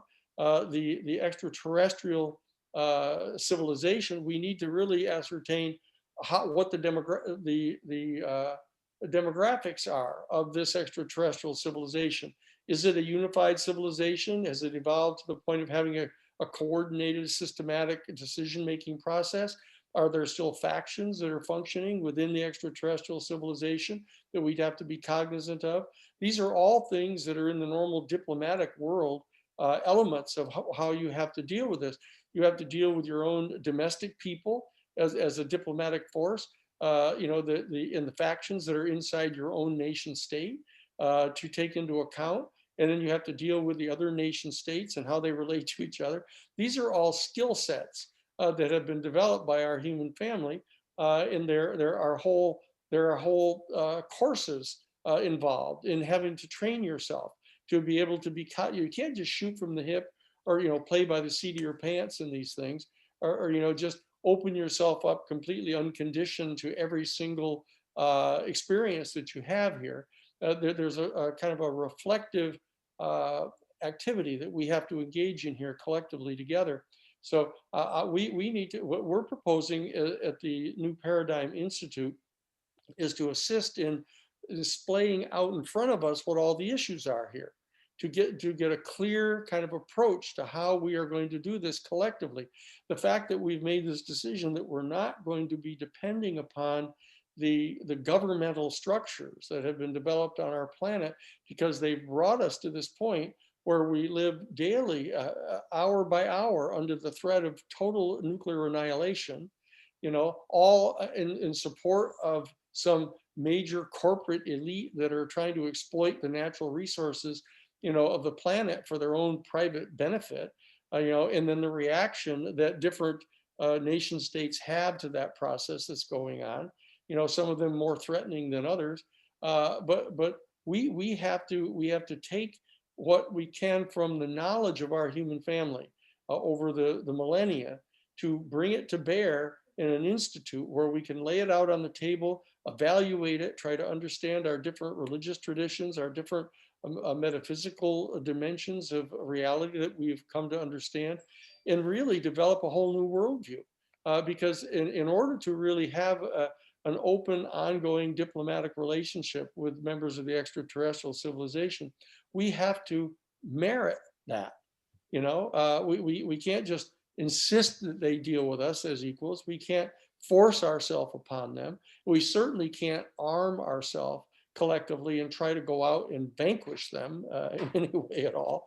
But there will be elements inside our human family who actually propose that. These are the authoritarian first paradigm worldview people that see the world that way and see reality that way. So we have to have a two-front diplomatic undertaking here. One is with the extraterrestrial people, and the other one is with our own citizens. We have to have a diplomatic relationship with all of these different governing structures on the planet, the corporate structures, the business structures, the religious institutions, et cetera. This is a very complex process that we have to engage in, but we can't be intimidated by that.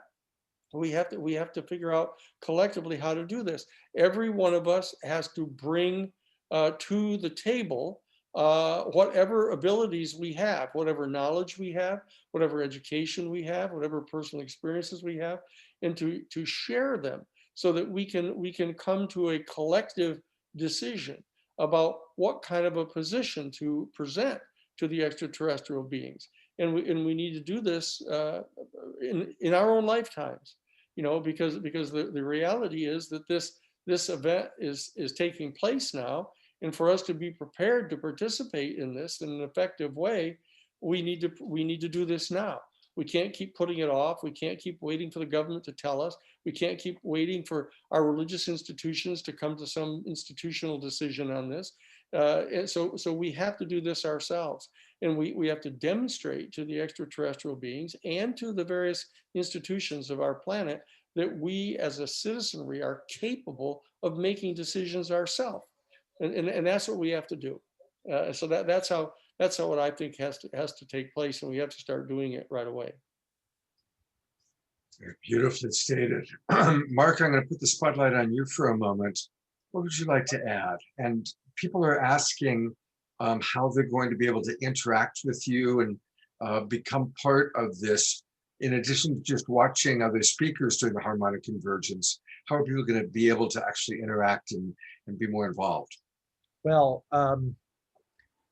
so that's a really good question. And I think right now people can interact with me this way by coming to events that I organize, and I am trying to make myself as available as possible. But the reality is, over time, it's going to be more and more difficult for people to gain access, because I think this is going to get big. And what I mean by that is more and more people are going to become engaged and want to be involved. And it's harder and harder when that happens to do one-on-one interactions. So I'm thinking about these problems. This is part of the work I've been doing over the last 9 years, is how do you engage the entire human family potentially on this issue, and educate them and bring them up to speed, because as Danny so correctly stated, it's not just about the ETs. We have a responsibility to prepare ourselves and recognize that we have work to do, and not all of us are as ready as we think we are. And in fact, there's people who have no clue about what's about to happen in the next 5 years. And what about them? How do we prepare them? So I've been thinking holistically and strategically about what I would term demographics. I've tried to analyze, the human population into groups, kind of like you would organize your curriculum based on the intellectual level of the student, and then create custom material that's geared for that grade level. To use a good analogy, approach this as different grades. You got people who get it, who are ready for contact. There's a few of those people I've met. And then you have people who are right on the cusp that just need a little bit more preparation and support. And then you've got people on the other end of the spectrum who haven't a clue. And how do we help them along? Because for those people, the consequence of contact on a mass level, on a global level, could traumatize them. And we need to think about that. I feel a personal responsibility for their well-being and to do as much as possible to grease the skids for them so that they're not completely in shock. And I understand that, there's no silver bullet or no magic solution to this, that there are going to be, some casualties of, through contact, people whose entire belief systems are going to be shattered, and they're not going to know what to do, and they're going to freak out, and they're going to, claim it's the devil. This is, the devil's work, and so, that's going to be part of this process, and we got to be prepared for that. But I think we can mitigate that if we think strategically. So one of the areas that I've been thinking very seriously about for the past few years is creating a virtual school or a virtual place where people can engage in discussions around this issue at their level of comfort and level of intellect, and help them along as quickly as possible in preparation for this inevitable contact event. And that platform needs to be easy to access. It needs to be multilingual. It needs to be immersive. It needs to be interactive and collaborative. And so luckily my background is in computer graphics. I mean, this is my formal training. My first career was as a computer developer, computer graphics software developer.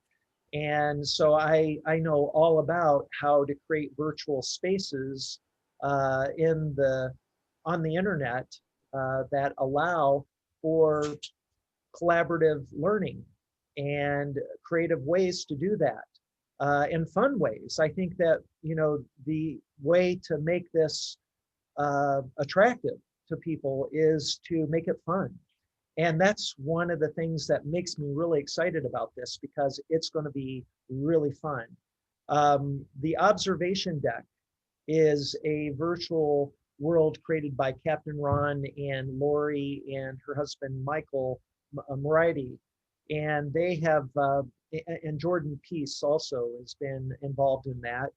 And they have created a space, a virtual world platform for hosting events centered on the UFO phenomenon, although they're thinking about branching it out to more markets that could use the space, because it doesn't have to be just for UFO people and conferences. But the idea is there for a model in which people can congregate when they have the time to do so and learn. And we could have so what I've been talking to Danny about is creating a virtual New Paradigm Institute, a school without walls, where people can come and get trained and learn about these issues. They can be trained by a teacher who, there's plenty of great people out there with wisdom and information to share on this issue that can teach. Danny is one of them. I know this is his passion, this issue of contact and how to teach people the history about this and all the aspects of it. But Danny, as busy as he is, he's also spread too thin. There's only so much he can do. So the other strategic element of a virtual school without walls is having virtual teachers, virtual people that are controlled by AI, that are trained to teach a curriculum on various topics, so that you can have the benefit of a one-on-one training session with somebody like Danny, or somebody like JJ and Desiree Hertak, or somebody like Whitley Strieber, who can share tremendous information on this topic and help bring people up to speed and explain what this is about. But it's all done through AI, that you have these 3D avatars that look just like Danny or look just like JJ Hertak and Desiree Hertak. You can go knock on their door in the virtual world where they have a permanent residence and talk to them. And it's all AI. And not only can you talk to them, you can talk to them in your native language. So somebody in Thailand can talk to them just as well as somebody in France can talk in their native language. And so we have that technology now, and it's time to bring it to bear on this issue, this need that is so desperately required at this point in time. And so I've been working on this. I'm very serious about it, and I'm hoping that by this time next year, we'll be hosting the Harmonic Convergence on this platform. Right now, this year, we're doing it on the observation deck, which is tremendous. My hat's off to Captain Ron and the others. It's just wonderful what they've done, and I want them to be part of the new thing. They're simply licensing this virtual technology from another company. And I'm hoping that I can engage and encourage them and convince them of moving when we're ready, when it's ready for prime time, to take the observation deck, and it'll be a permanent part of this virtual campus that we're going to create. So you can have conferences run there, and they can manage that like they do as their business now, and that will be their thing. And we'll have the Romero Institute, where Danny and his team there, and Sarah Nelson, his lovely wife, and Patty, his brother, and his family, other members of his family, the Lakota Law Project. We're going to have the virtual Lakota Law Project with Chief Iron Eyes, a little avatar of Chief Iron Eyes that's AI controlled. But Chief Iron Eyes could send something out on social media that says, hey, I'm going to have a presentation. It's going to be me up on stage giving this presentation, and I'll answer your questions. It's not going to be my avatar and my AI avatar. So this is the future. This is really the future. And what I love about this is that we're leveraging the use of advanced technologies for the purpose of good, of helping our human family in the right ways to help raise our consciousness intellectually, scientifically, and spiritually, and because that's really what we need. We need this desperately right now, and so I'm excited about it. That's the long-term plan, and I think we can do it within a year. That's my goal. Well, we're getting a lot of very excited responses in the chat box, and I want to show some of these web pages that Mark's been talking about. First of all, let's all make sure that we go to, this is where you can register for the Harmonic Convergence 2021. It's by going to the observationdk.com. Excuse me, the observationdk.com, and then you'll easily be able to find the Harmonic Convergence 2021. And that's where you're going to see all the different things that he's lined up. You know, Carolyn Corey, I noticed she was in our audience today. Ellen Steinfeld's been in the audience with Desiree and JJ Hertok. They're traveling, doing promotional stuff. So amazing group of people. Victor was in the audience with us today. So it's really something that's coming together. And of course, we at Saturday Night Live will be supporting it in all the ways that we possibly can. So I also want to take people to a couple of other important websites that Mark mentioned. And this first one, or the next one I'm going to take you to, is the Romero Institute. And, you know, we talked earlier about how much Danny does to serve our world.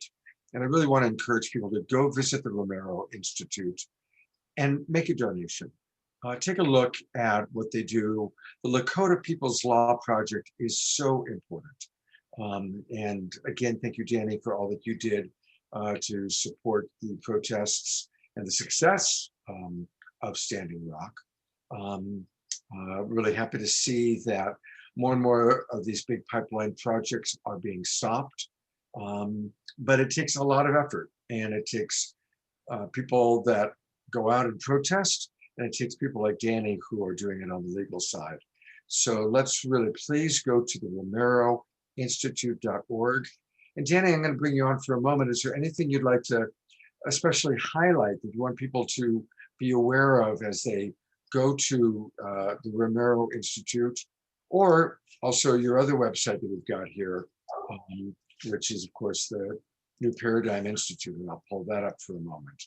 What would you like to say about this? Well, I think what's important, Scott, is to point out that, for example, we at the Romero Institute are in the process of drafting the Green New Deal legislation for the state of California, and are going to be fielding a major team of organizers and public education people all across the state to support building the grassroots support for this Green New Deal. That Mark had given us a really generous contribution years ago to help put together the core staff on this, and we've been quite successful. We've drafted a 350-page rough draft of this statute. We have a 50-page executive summary of it. We just got requests. We get requests from people around the state to participate in this as volunteers. We just sent a whole major packet of this stuff at the request of Jane Fonda to give it to her today. Dolores Huerta, who is a very well-known Hispanic organizer, union organizer of the farm workers, is working.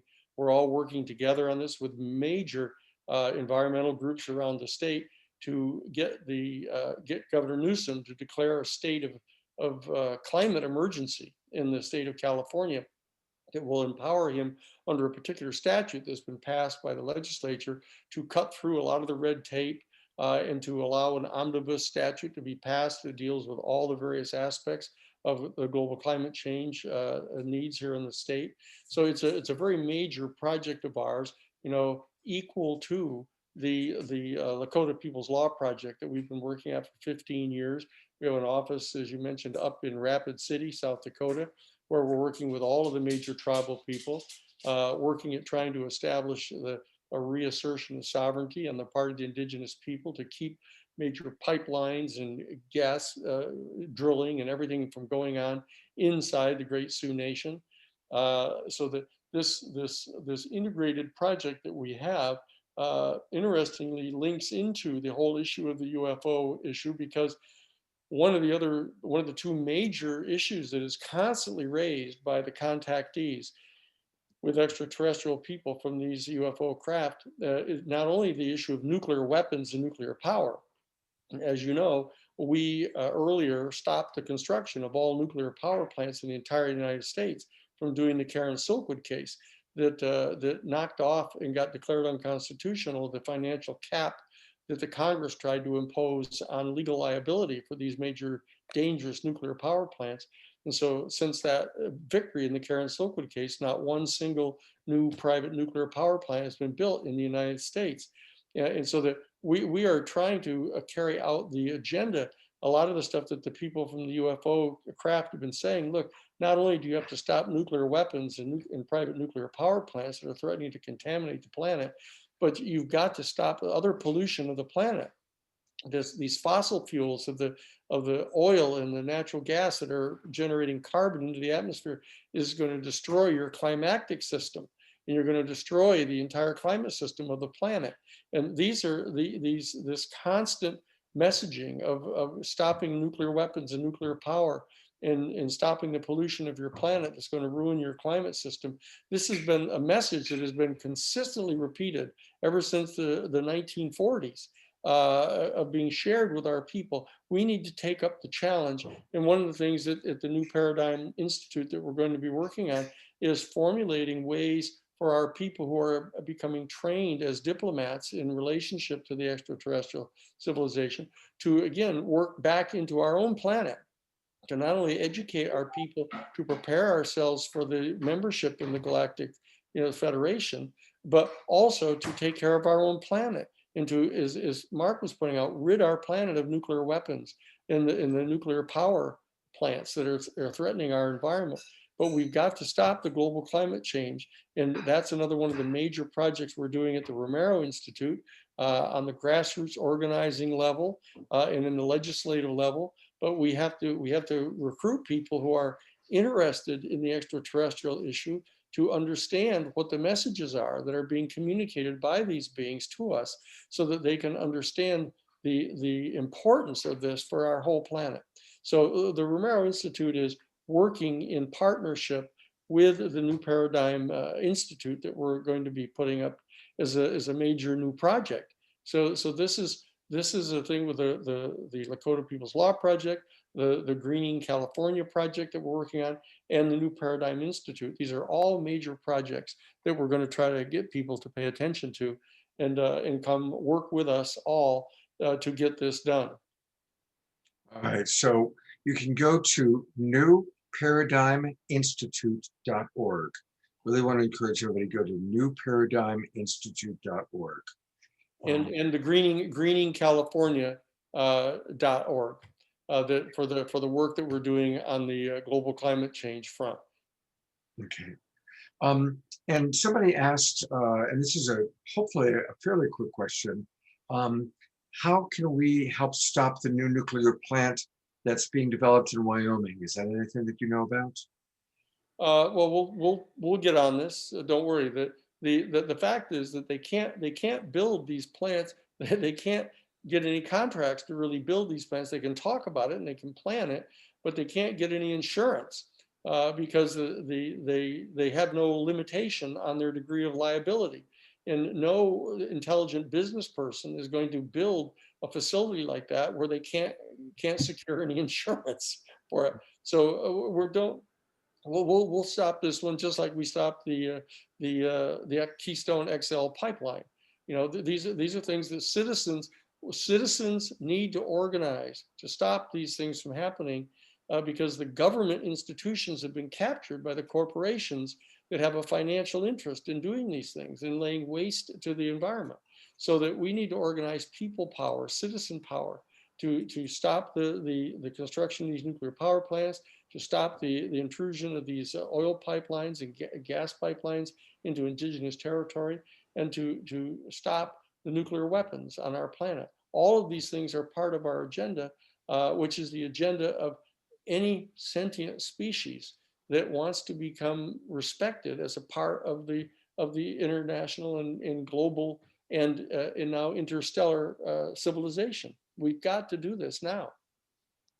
I really want to thank you, Danny. And again, a lot of people are bringing it up. So just know that what I'm hearing Danny say is that yes, there may be talk of building nuclear power plants, but it can't happen. And we'll stop it. We'll get these stopped. Yep. So I'm going to bring Mark on for his final thoughts. And boy, this 2 hours went by very fast. I want to acknowledge there's a lot of questions people had that we didn't get to. hopefully we can create sometime during the harmonic convergence, maybe through some of our shows to answer more of these questions.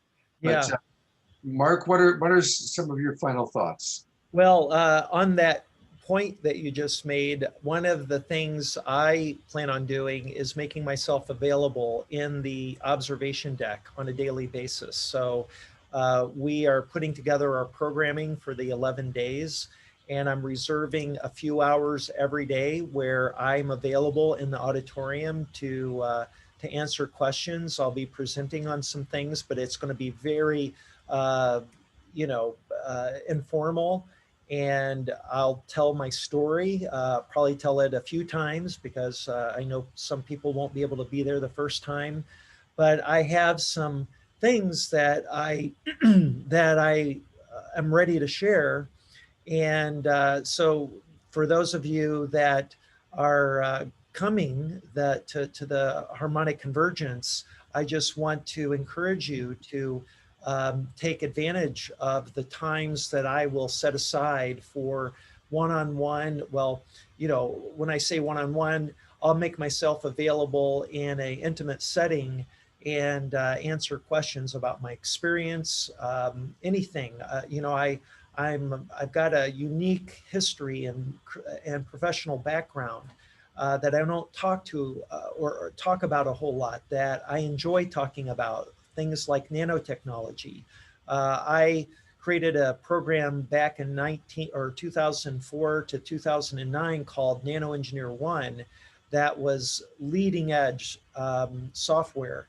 And we did amazing things. I've got illustrations of things that we designed, that I designed, that other members of the team that were working at NanoRex designed, that I think are relevant to this question of where the technology's role, both in helping our planet move forward and our species move forward, and potentially how it could be misused, and how ethics and technology, we as a citizenry need to be educated on some of these new technologies, artificial intelligence, nanotech, others. But I especially like to talk about nanotech. And one of the reasons I think it's related to this as well is because this is the technology that the extraterrestrials are using for various purposes. This is how they are able to, appear to manifest stuff out of thin air. So I can talk about theories on which nanomachines could create macro scale objects seemingly out of thin air, but in reality, that's not the case. So I encourage everyone to check out the link to the harmonic convergence and to get tickets. I am going to, what was I going to say about that? The website there is still kind of under development, but I think by tomorrow we'll have that go live and it'll have its own URL. But for now, it's the one that's in the chat. Great, and we will send out the recording of tonight's show, and we'll include the links so you can have the links to Harmonic Convergence and also Danny's Institute organizations. And of course, I want to remind everybody to please tune in to Saturday Night Alive for the Global Peace Tribe this Saturday night, all about building a harmonious future with Indigenous and spiritual wisdom. And we've got a great lineup. We've got Gary Zukoff. This is the first time Gary's going to be on our show. Chief Bill Lane Jr., Andrew Harvey, and amazing music. Jaya Lakshmi Ananda, Rocky Dawani, Joanne Shenandoah, and our favorite magician, Heather Rogers. So it's going to be a really, really fun show. Join us this Saturday night. And of course, Saturday Night Alive for the Global Peace Tribe happens because of Deborah Justi, who is my producing partner and co-host. Deborah, another wonderful event tonight. Totally. this is a long time coming. I know a lot of us have been aware of this for a long time, but it's so exciting to see this happening now. And we know this is just the beginning. And what's really wonderful is all of us connecting online and really affirming what we want to move forward and create. So thank you so much to Danny and Mark for your undivided devotion. You guys rock on all levels, and let's just all give them so much love, so much appreciation, because they work tirelessly nonstop to this. And please ping them some, Danny especially, some green love to his organization to support what he's doing, because he's there with all his being moving forward. So again, sending you so much love from all of us, these hundreds of people that are on this list now on this show and who will watch the replays, just to go forward, and bless you for your work. And we have so much support for you. So much love. Thank you so much. Thank you. I appreciate it, you guys. Okay, I'll see you soon. We'll get back to work now. All right. Back to work. Terrific. Okay, gang. Terrific. Good Thank night, you everybody everybody. for watching. Love you guys. Love Thanks, you, Mark. everyone. I love you. All Good right, night. take care. Bye-bye. Bye-bye.